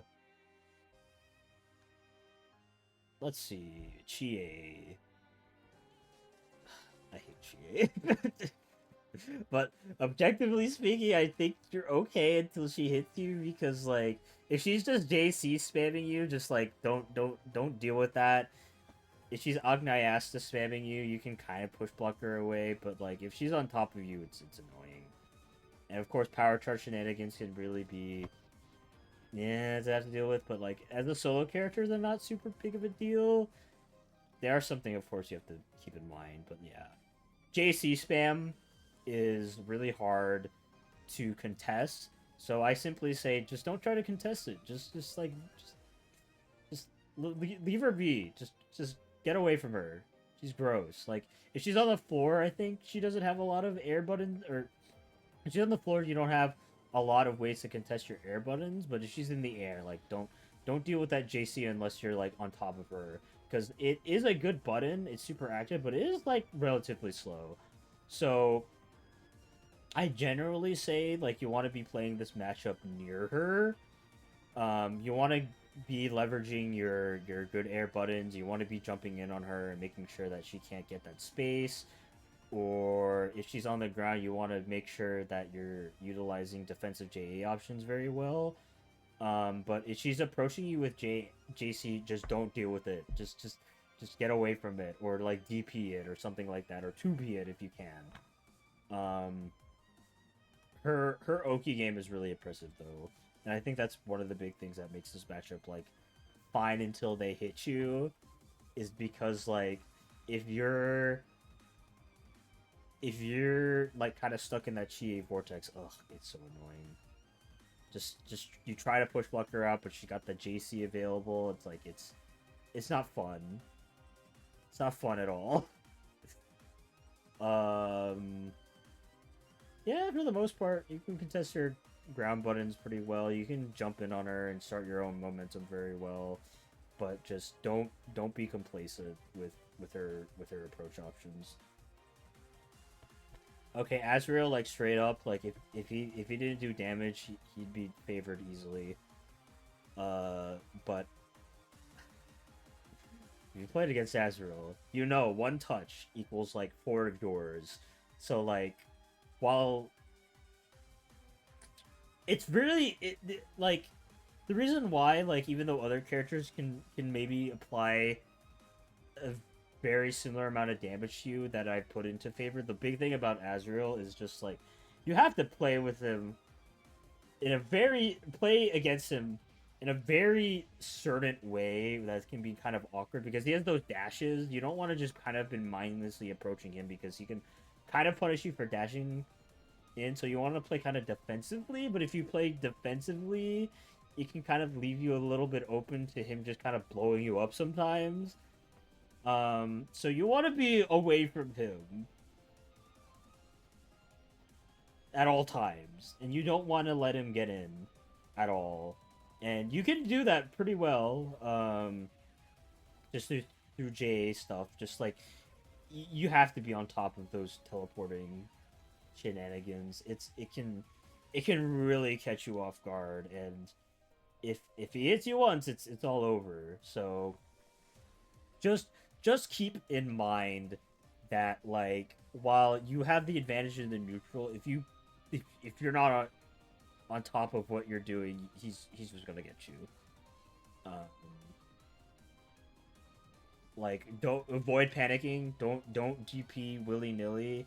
You have a better option against than DP against Azrael most of the time. Whether that's running out, push blocking out, just do those options instead of DPing. Like I'd recommend like avoiding against that. But if he tries for whatever reason to like if he tries for whatever reason to start contesting your airspace, you win against that free. Um, be careful of Gustav, which is his dash. That can get you sometimes. Um, but yeah, that's just play it cool, play it chill. Yeah. I'm gonna take a small break back, and we are going to continue with something that I am very familiar with, which is Yukiko. Um, yeah, so this matchup I can speak a lot about because it's really weird. So Yukiko does not necessarily cover Orie's angles particularly well, even though like Orie tends to struggle against dedicated zoner characters. Yukiko's like fans don't really cover or Oria likes to be the greatest. 2B is great if they are like mid to far away. But up close can be a little unreliable sometimes. And she really struggles to contest JA. So for the most part, if the Ori player is able to like kind of navigate around the fans and the fire and all that, if she finds her mid-range place, it's really hard for the Yukiko to have to deal with. And it's kind of just a game about playing around the fans and playing around Miragi very well, and just trying to like what's the word? Trying to find your spot. Like, I think the biggest thing that if you're playing as this matchup, like super jump is your best friend here because she can kind of struggle with that super jump angle. And with how long JA is, like super jump air dash in can be something that can be pretty difficult for Yukiko to have to deal with. Like, obviously, if she starts throwing ground fans, then you can, like, just jump over them. If she starts throwing air fans, you can kind of, like, super jump over them, too. or even like run through them in some cases. If you notice that she's slacking, you can always just check her with the 2-6C. So you have options in this matchup, despite the fact that Yukiko is generally a character that can be very annoying to have to deal with. But if you understand how her fans work and all that, then like you can find your angles to get in. And like if you get hit by an air fan too, you can always just tech forward, and put her in an uncomfortable spot. So for the most part, yeah, like I would say, like the neutral game, it is a neutral matchup for the most part. And of course, like you know who you're talking about, it's Yukiko. The reason why she's in this tier is that she's at a not even like high fire level. She's like 4 or 5. She can be a big threat. Like if she starts poking you with Miragi, that damage starts adding up and adding up fast, right? So it's something that you have to be really careful, but you have to be cognizant about what level she's at. I think you want to be playing differently depending on what level she is currently. If she's a low level, don't worry about anything. Play more proactively. Play more aggressively. If she's at a higher level, though, really play it slower. Find those angles, and remember that like if you get hit by a fan, it's not the biggest deal, right? It's the fire that you want to have to deal with.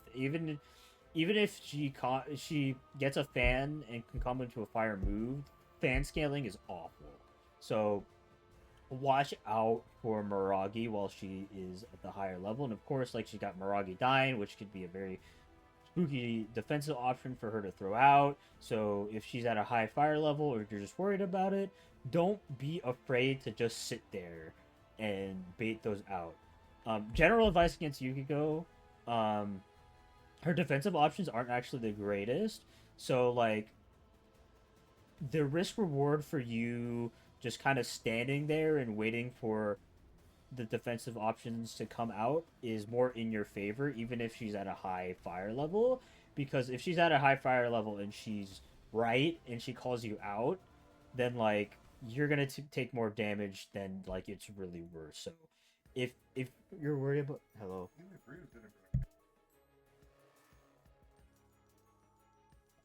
Yeah, she if I got her. If she's like if she is like at a high fire level, then like just keep that in mind. Just do some risk assessments and make judgments from there. Um what else? Yeah, just play your ranges, play your try to get into the mid range as much best as you possibly can, and yeah, that's mostly what you have to deal with for this matchup. I'm going to go eat, so I will return to this later, whenever that happens.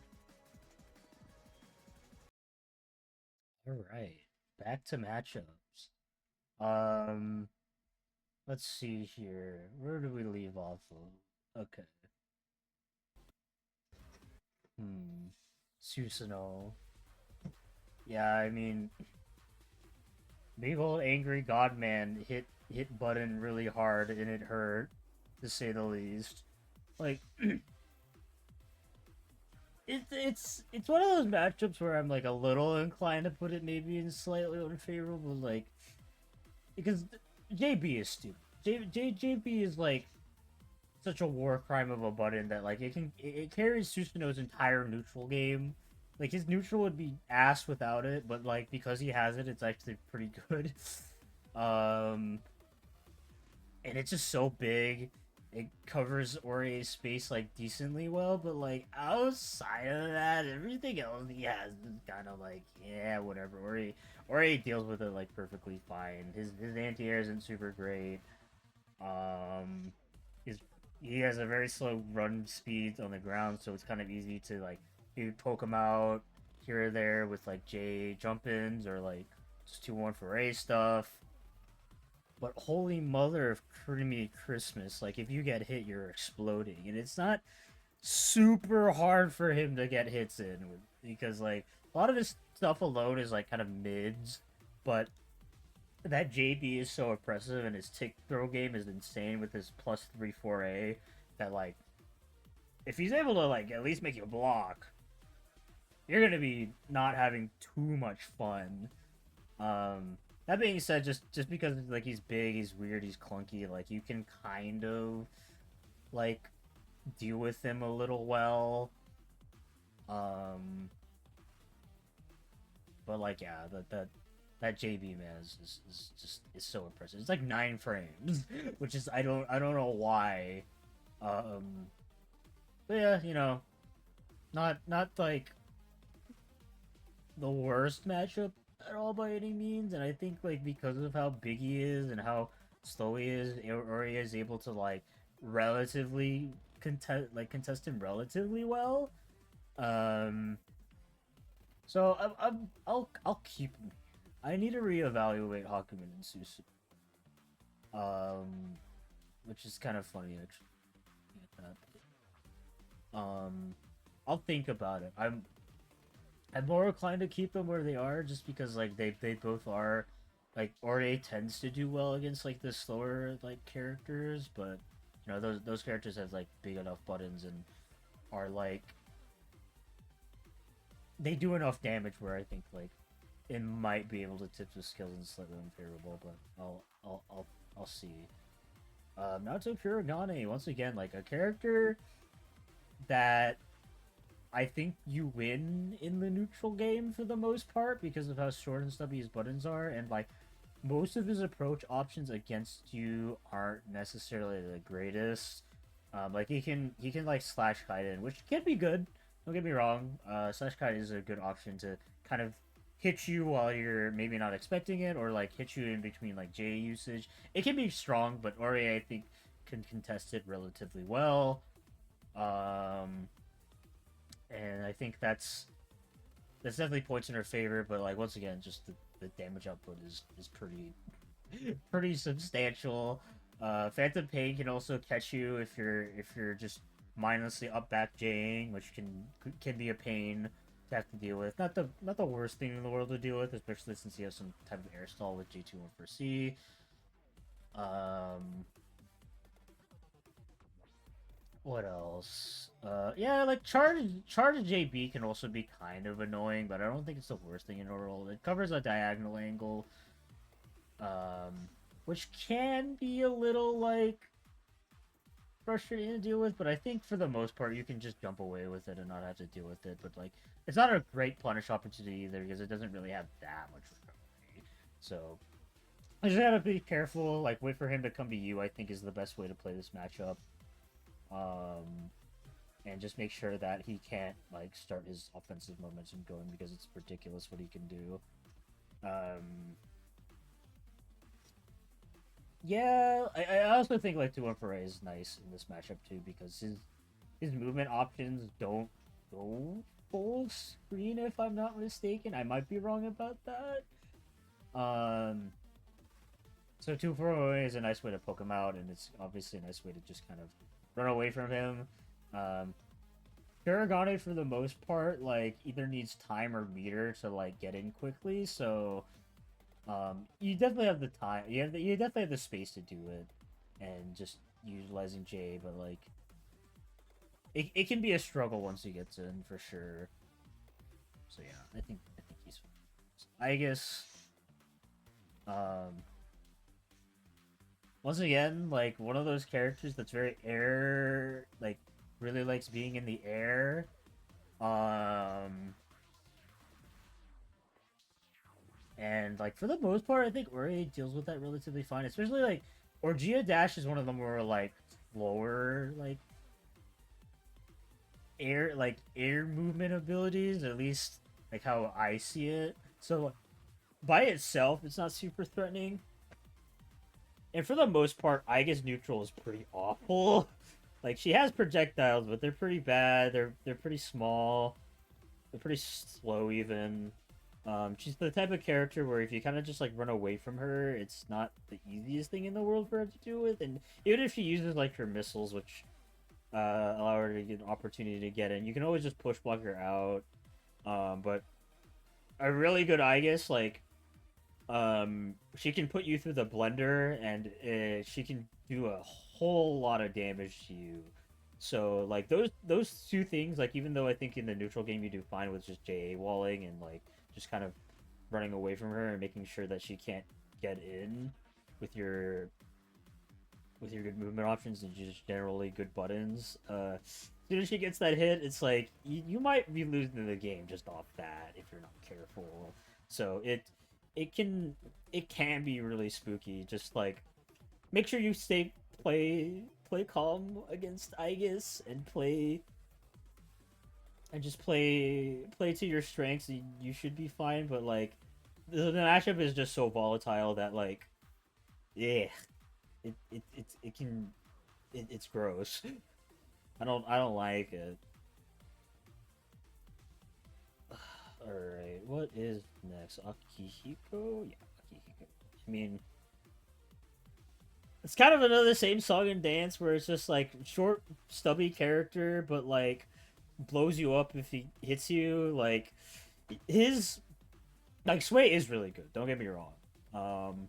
And it's a nice way to kind of avoid your air buttons, but like for the most part, like he can't contest you in the air super well. He can contest you in the air better than a lot of other characters because he has a really fast air jab. But like if you're playing at your mid range, then it should be fine. Um, you know, you can kind of contest his sways with 2-1 for A or 2C. That's really nice. Corkscrew is not a huge issue, especially since it's minus. Um, so like you have tools to deal with him. You got the big buttons that he doesn't really like fighting against, and you're as long as you're not like spamming 2-3-6, which I don't recommend you do in this matchup because of sway. Um, you could be okay in neutral. Like he's one of the trickier characters to have to pin down, and I would definitely say like it's by no means easy to contest him because you have to be very careful about your options. But I think 2-1 for A is just such a huge help in this that you should be comfortable. But like, have you seen this man's damage? It's insane. Like I can't underestimate how like how the risk to reward ratio is so skewed into his favor that like it really breaks the matchup in half for you as an Ori player. So yeah, it's not fun. Well, I mean, I guess it's kind of fun to play around Akihiko. It's just not what you're gonna get. So yeah, play to your strengths once more. Just like 2-1 for A. Check them in case they're swaying. Don't let them get close to you. Like really playing that mid range. And I would recommend like you kind of want to stick on top of him because like I think he gets more scary the more time you give him. So the less time you give him, the less you have to worry about getting blown up. And for the most part, his defensive options aren't like great once you've already got on top of him. He got a really fast jab, so keep that in mind. But like his DP sucks, so that is something to keep in mind. All right, Blitztank. This character is is funny. He is a tank. He's got good projectiles, so like he can actually keep you out relatively well. Assuming you don't have time to just super jump over him and really play the air game. Like this is a character that really struggles against air characters. So if you're just kind of like hopping around in that space, it's really hard for him to contest. But he can like really pin you down pretty well with his lasers. So it's not super easy. That being said, he can really blow you up for just doing random things because he has a pretty insane damage output. He has a lot of health you have to get through too, which I think is actually kind of relevant in this matchup because for the most part, since Blitztank is a zoner, like you generally play the attrition matchup more. And the fact that you have to deal with more health is actually something relevant in this matchup. I know it's not super relevant earlier, but I think this is actually one of the times that it is because of just the way he plays. And yeah, like just general damage output is good. He can he can snipe you out pretty well, and those are points into his favor. But like because of how slow and clunky and how big he is, Jay is such a great option of him if he can't get that laser zone. If you just like to inch closer to him, it gets more spooky, and like you can armor through him, of course, with two, or you can beat his armor through 214A or just even 2C because of how big he is. So like your ground buttons are good against him, assuming you can get into the mid range. Your air buttons are good against him, assuming you can get into the mid range. It's just a matter of being careful not to get blown up, and also like getting through his lasers. That is um, particularly difficult, and what makes this matchup a little bit more of a pain to have to deal with. So yeah, I think like yeah, that's a decent place to put him. All right, for the last character in here, Heart. I know, yeah, Heart is one of those characters that like, generally speaking, like doesn't really appreciate Aurier's kit and what she has to deal with. But homing is just so strong, and Aurier is not that insane of a character. Where I think Heart does have some maneuverability through the matchup. Obviously, general rules of like not wanting to approach her apply. You want to let her come into to you and play like that. Um, and like for the most part, I think you do well with that because of just how good JA is. But homing is always so unpredictable, and she can always find an angle on you, unlike some other characters that are more predictable and more linear when it comes to their movement. So it is something that you have to keep in mind. Though overall, I think in the neutral game you do fine at contesting her. Um, and you can even do generally well and can kind of make her life a pain, but like the reward for her getting in is insane because she has ridiculous solo Oki. She has got that slippy slide mix where you don't know where she's gonna go.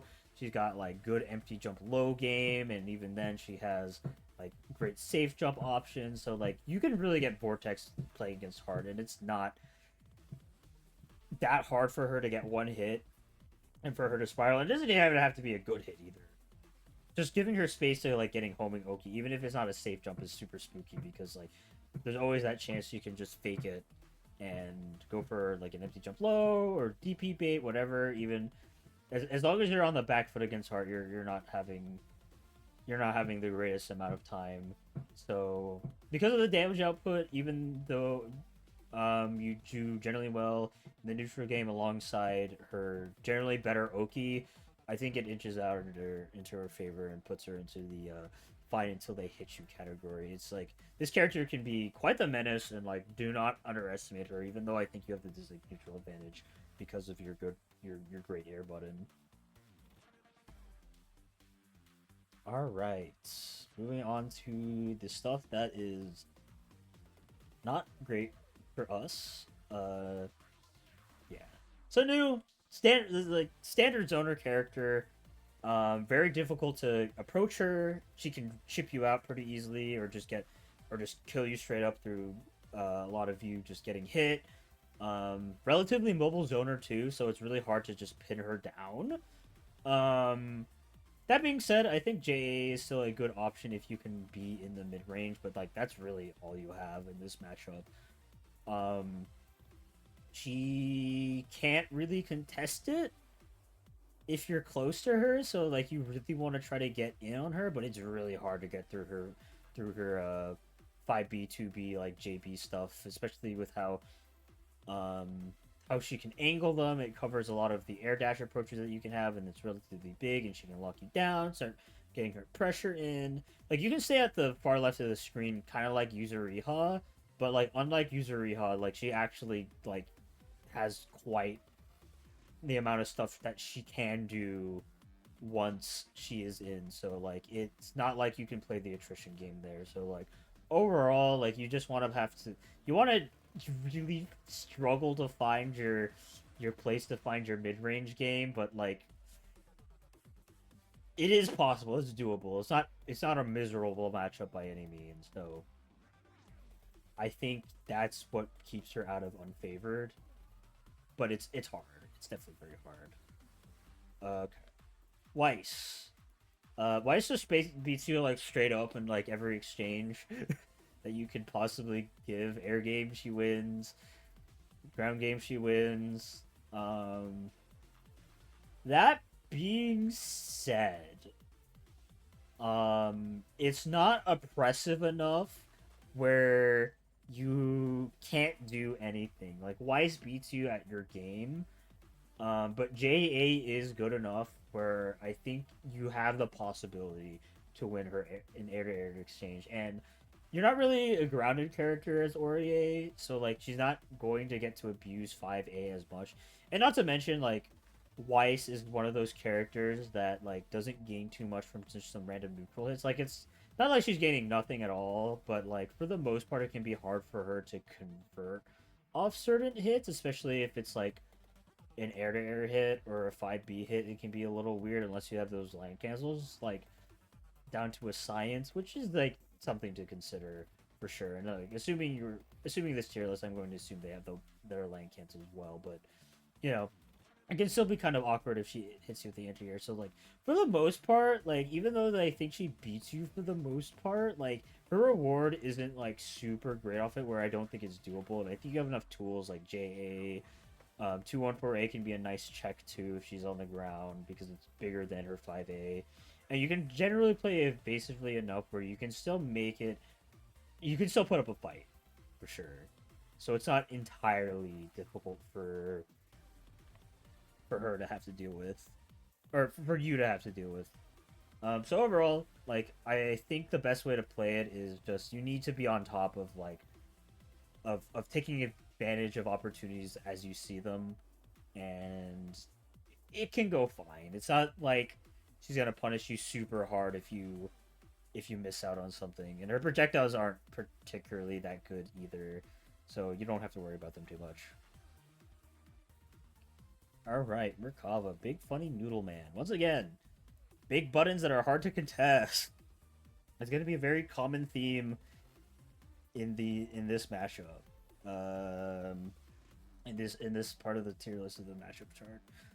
Yeah, like Glide is like near impossible to like contest. I think you can 2B it if given the chance, but it's just like I don't think it's the most consistent thing in the world whenever I play this matchup, and you have to be ready for it.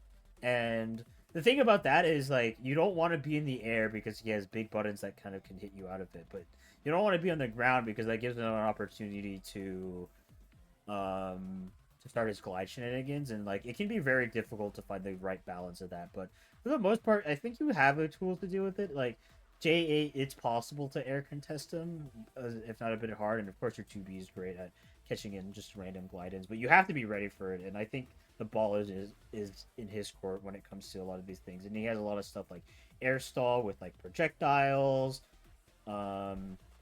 And not to mention his mix is very threatening. So like once you're on the back foot, he's at a significant advantage compared to like when you are. And just like overall, I don't think it's very fun for Aurier to have to deal with. So I would say like definitely Merkava gets put into slightly unfavored. You want to play it kind of similar to like Weiss, where you want to be, you have to find your opportunities to get in and make stuff happen. This can be through like a missed glide, or like just like maybe a too bold of a glide where you notice you can 2B it or something like that. But for the most part, it's really hard to deal with Merkava, and yeah. Not to mention also he has grabby hands, which can kind of poke you out in case you're kind of messing around at full screen. So it's not like he has to approach you either. He has options. But yeah, not a great matchup.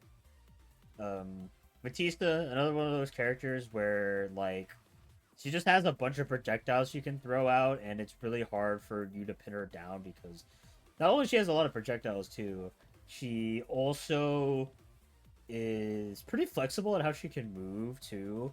And she has big enough buttons where even if she plays a bit more proactively, she can actually hit you out of a lot of things. Like JA can beat you, JB is very active and can be very hard to contest. And alongside her bouncy balls is just like can be such a pain to have to deal with. That being said, her projectiles are pretty decently able to maneuver around. It's not easy, mind you, but they can be dealt with in a relatively okay fashion if you're able to kind of just like jump over the bouncy balls and bait out a laser that can get her in. Just keep in mind, like, her DP is really good at catching people in the air, so you don't want to just be like blankly like jumping in for like no reason, because a good Vitisa player will put out the bouncy balls, like expect you to jump like towards her, is like to punish her and then just DP you. So you want to be playing in a range where you can also bait out that or bait out some type of laser. Like the lasers are a good opportunity to get into. If they miss a laser, that's a good time to start creating space. Like the way you want to play this matchup is you want to slowly inch in forward, and then like once again like be in your mid range, be in your comfort spot, and she doesn't have the greatest tools to have to deal with that. So overall, struggle neutral game. Hard to find your mid range space, but it is definitely more doable compared to a lot of other characters that might be in other tiers. All right, Blake. Another one of those characters that just plays at a really weird range that Ori can't deal with because of how big Blake's buttons are. Um, they generally contest the space Ori wants to be in. Like, she's a very diagonal character, which it can be a problem if you're playing defensively, because you generally want to be on the other side of the screen, and if you're doing that, you're generally trying to JA wall. So that is something that her 5B and JB is really good to go against. She's also very elusive and very slippery, so it's very hard to pin her down into one place. Obviously, like damage race wise, it's relatively even in terms of like, yeah, I mean the damage race, but for the most part, I find her just such a pain to deal with in neutral. That like it's really hard to get in, and she definitely just like wins a war of attrition eventually. That being said, if you are able to find the mid range, she can struggle to hit her like anti-air you, and while she does have a really fast air button with a good old 7 framer, that thing is ridiculous. It's not the biggest thing in the world, and I think Aurier can beat it out if given the opportunity to. And of course, like one of Blake's flaws is that like if you are in that mid range area, she can kind of struggle. I mean, she can just kind of run away and get her space, but if you are able to pin her down in that specific spot somehow after getting through the long range game, then it can be good.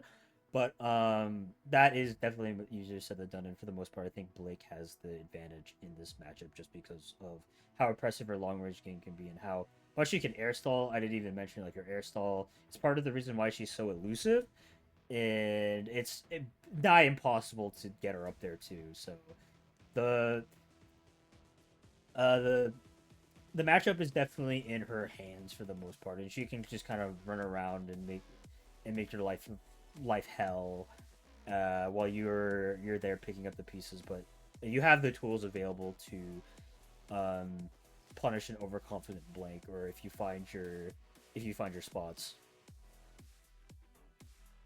All right, Naoto Shirogane. Another character that is just a pain to approach. Traps are really hard for where you have to deal with. She doesn't have like a really good anti-trap tool.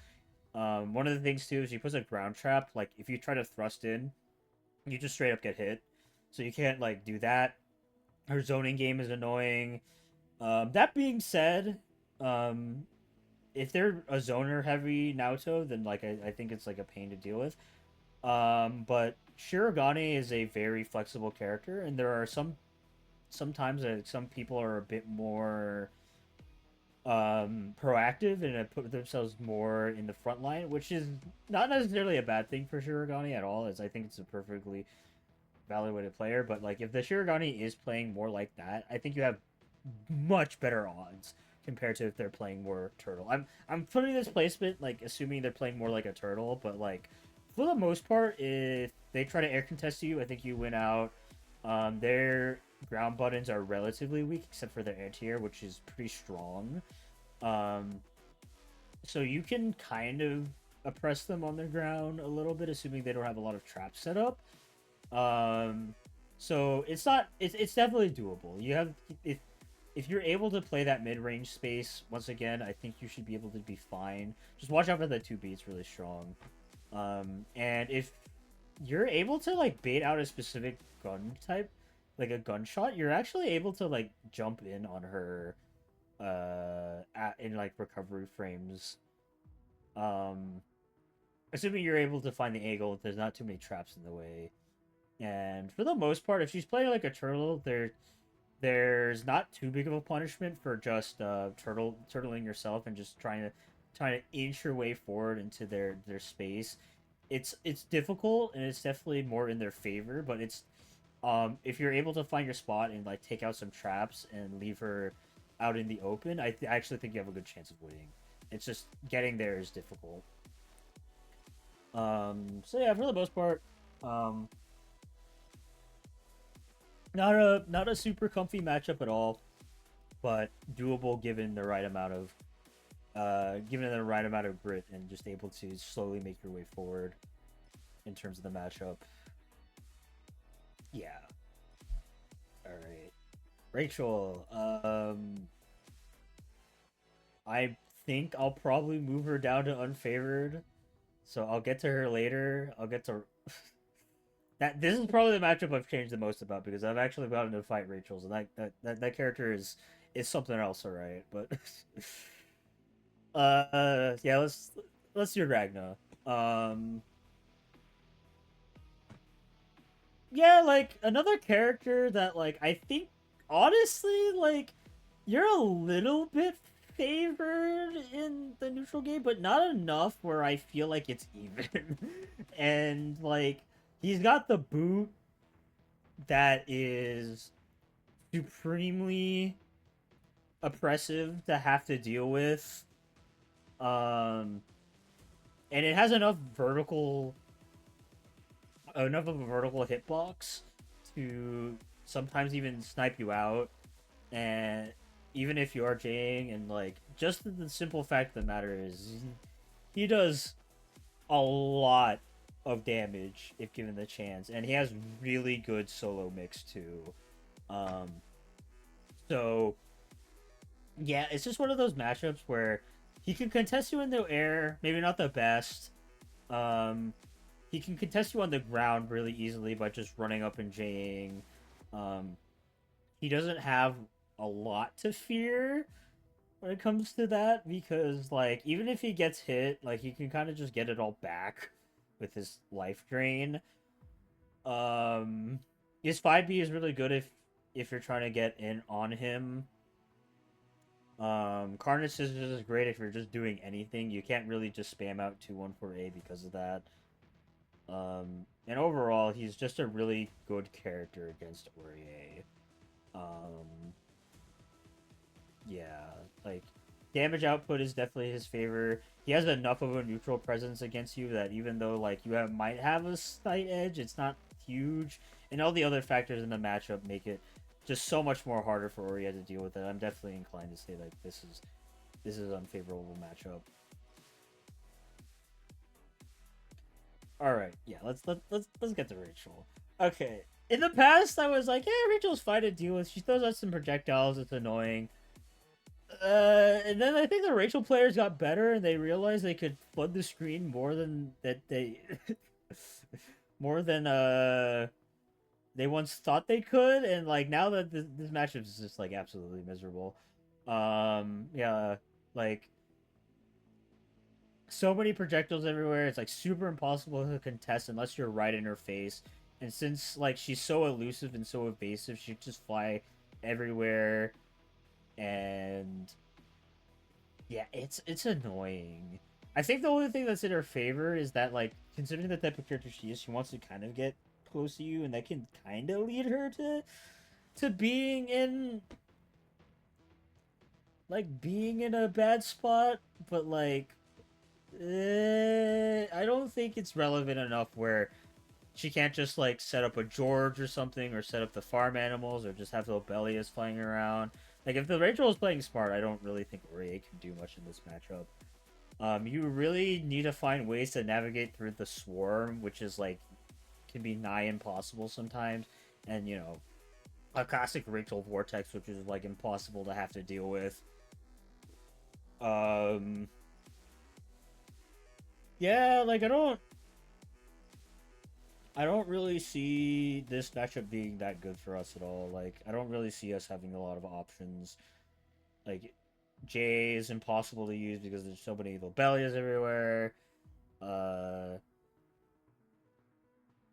and like the projectile game is insane. She can play turtle if she wants. She can play aggressive if she wants. It's just like, yeah, it's rough. It's rough. Next up is Yumi. Yeah, Yumi just beats you at everything. Like, just 5A, contests all your pressure, and it leads to great reward. She has good air buttons to, like, contest you there. She has 5B to catch you slacking on the ground, or, like, even on the air, too, because it has a decent vertical hitbox. She can really punish you for everything, and on top of that, she has really high damage output for, like, the type of characters she is. And on top of all that, too, she has a pretty damn solid projectile game. Not a lot of Yumis like decide to airbird spam or snowbird spam, but like it is strong. It is really strong. Like most people holding 236C, or J236C, and like just call it a day. And I mean, I don't blame them. It's really good. And if they hit you with it, that's like free pressure for them. But like just regular airbirds are really good at keeping Ori out. And if they get into the range where Airbirds doesn't work, she's got 5B, and if 5B doesn't work, she has 5A, so like all your options are kind of moot. I would say the best way to play this matchup is you want to bait out 5B, and you want to try to bait it out at a point where it's like retracting so you can contest with JA, and that's like really your only choice in the matchup. Or like try to sneak through her projectile games if they're deciding to do that, and just find your spot there. But for the most part, like if she sees you in the air, she can contest you. If she sees you on the ground, she can contest you. If she sees you're sitting on the screen, she's gonna throw on the other side of the screen. She's gonna throw a snowbird. So it's like it's rough. It's rough, and you have to play very adaptable in this matchup in order to get out of it. But it is very much not in your favor.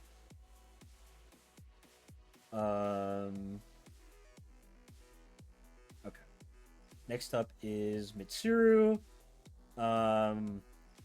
She just beats you in every way. She's just you but better. So like, of course it's gonna be unfavorable. You can't win in the air matchup at all. She's just gonna kill you. Like 7 frame J, nah, nothing on that. She's got better pokes than you. She has better thrust options to get in case you're being complacent. But like honestly, she all she has to do is just beat you in the air, and then she's golden from there. And it's like 90% of the time she's winning because it's a super active, super fast JA. And honestly, that's kind of just what the matchup boils down to. Is just she has a better JA than you, so you need to find a spot to JA her back or anti-air her somehow. But like that's not impossible because you can just get in super easily on you, and she doesn't. She has absolutely nothing to fear. And like her solo mix game isn't necessarily the best, but like it's oppressive enough where, like I think it is in her favor most of the game, even on the defensive side of things. And like even if she returns back to neutral, she's just gonna win it again. So yeah, not a fun matchup, and it's a very simple matchup, but like the way you would play it is like just wait for her to JA and hope you can JA her back. Yeah, it's not.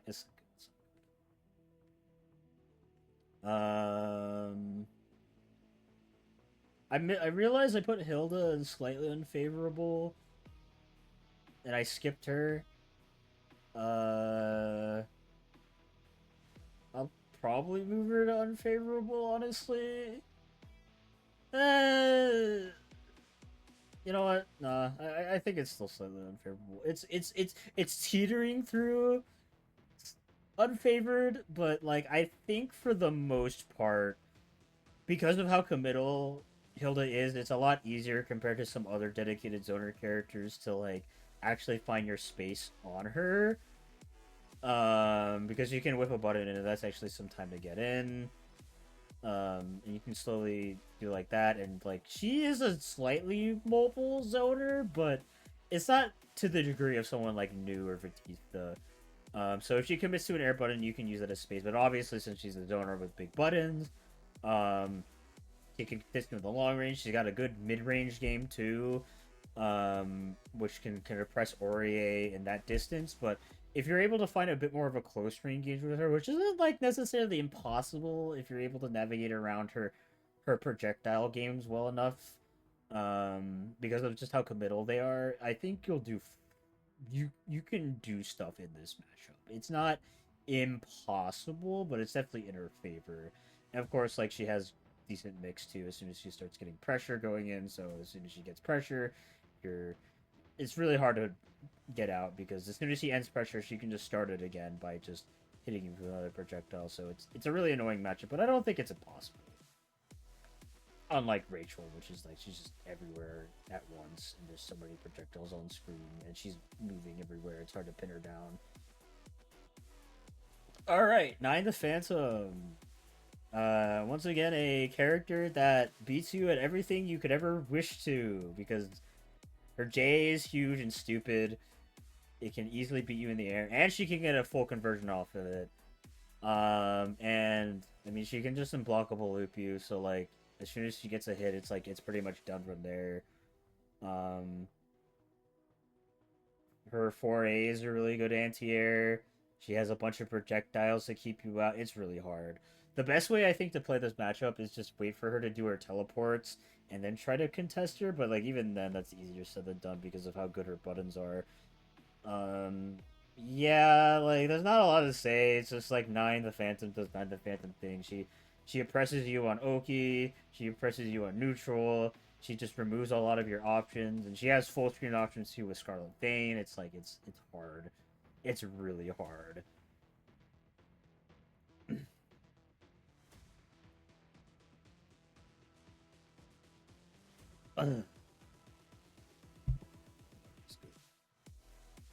All right. Murakami. Same song and dance with Mitsuru. He beats you at pretty much everything. He just jumps up and like air contests you perfectly fine. Doesn't have to worry about that. And on top of that, he gets pretty good Oki off of it. Big buttons to contest you on the floor. Okay.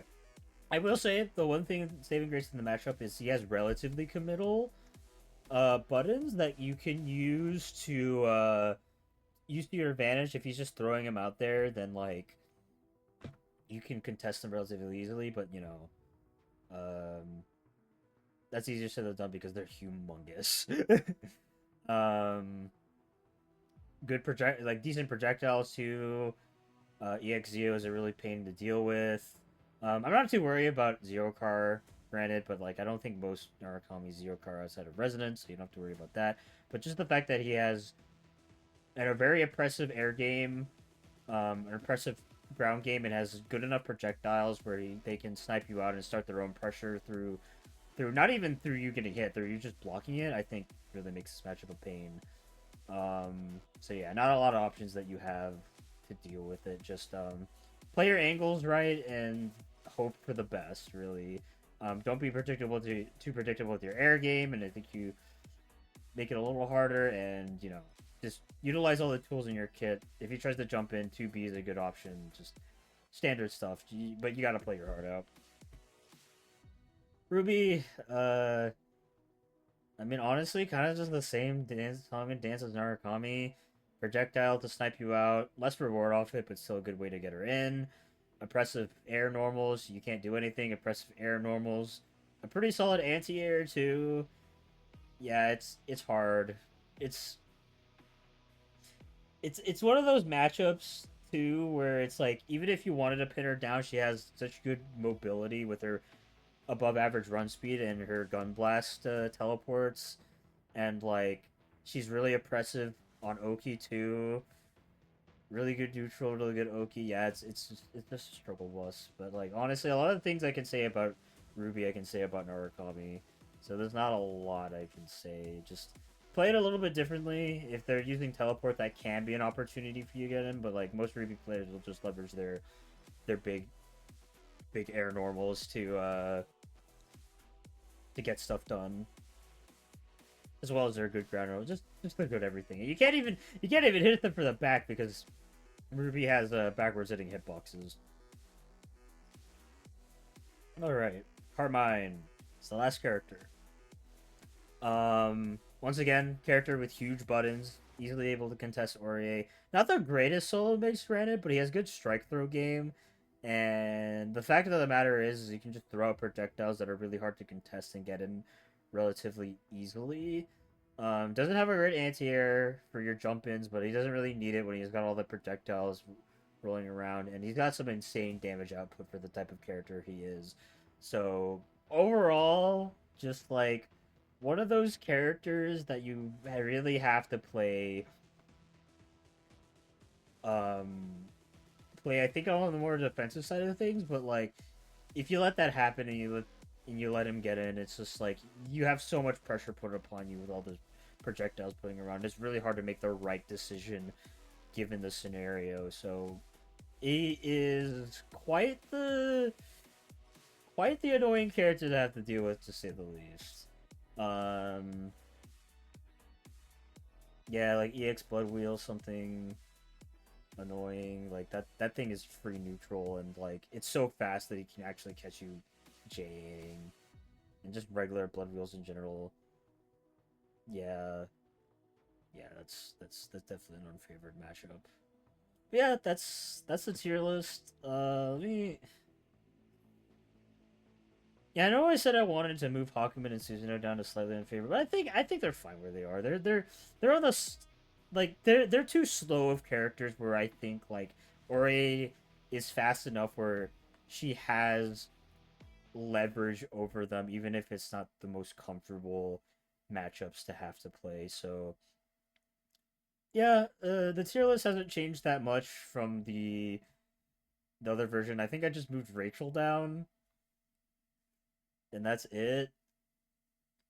Yeah, it looks like it. So yeah, my thoughts about matchups haven't really changed too much throughout the years, and like could be wrong. If you want to discuss how you feel about matchups in the Ori channel, I'll be there. Like you can ping me. I'll probably upload it here or just in the comments. I'm always open for discussion. I haven't played this game super actively as of recently, so I'm basing this a lot of my knowledge when I was very active, and there's of course a lot of characters that I haven't played against a lot. So the game evolves even if the game doesn't get updates. So yeah. Um hopefully for Loncast in the future, don't count on it considering how long this one took to come out, but maybe if you have any ideas, like feel free to hit me up. But yeah, that's this is gonna be it. Lonely signing off.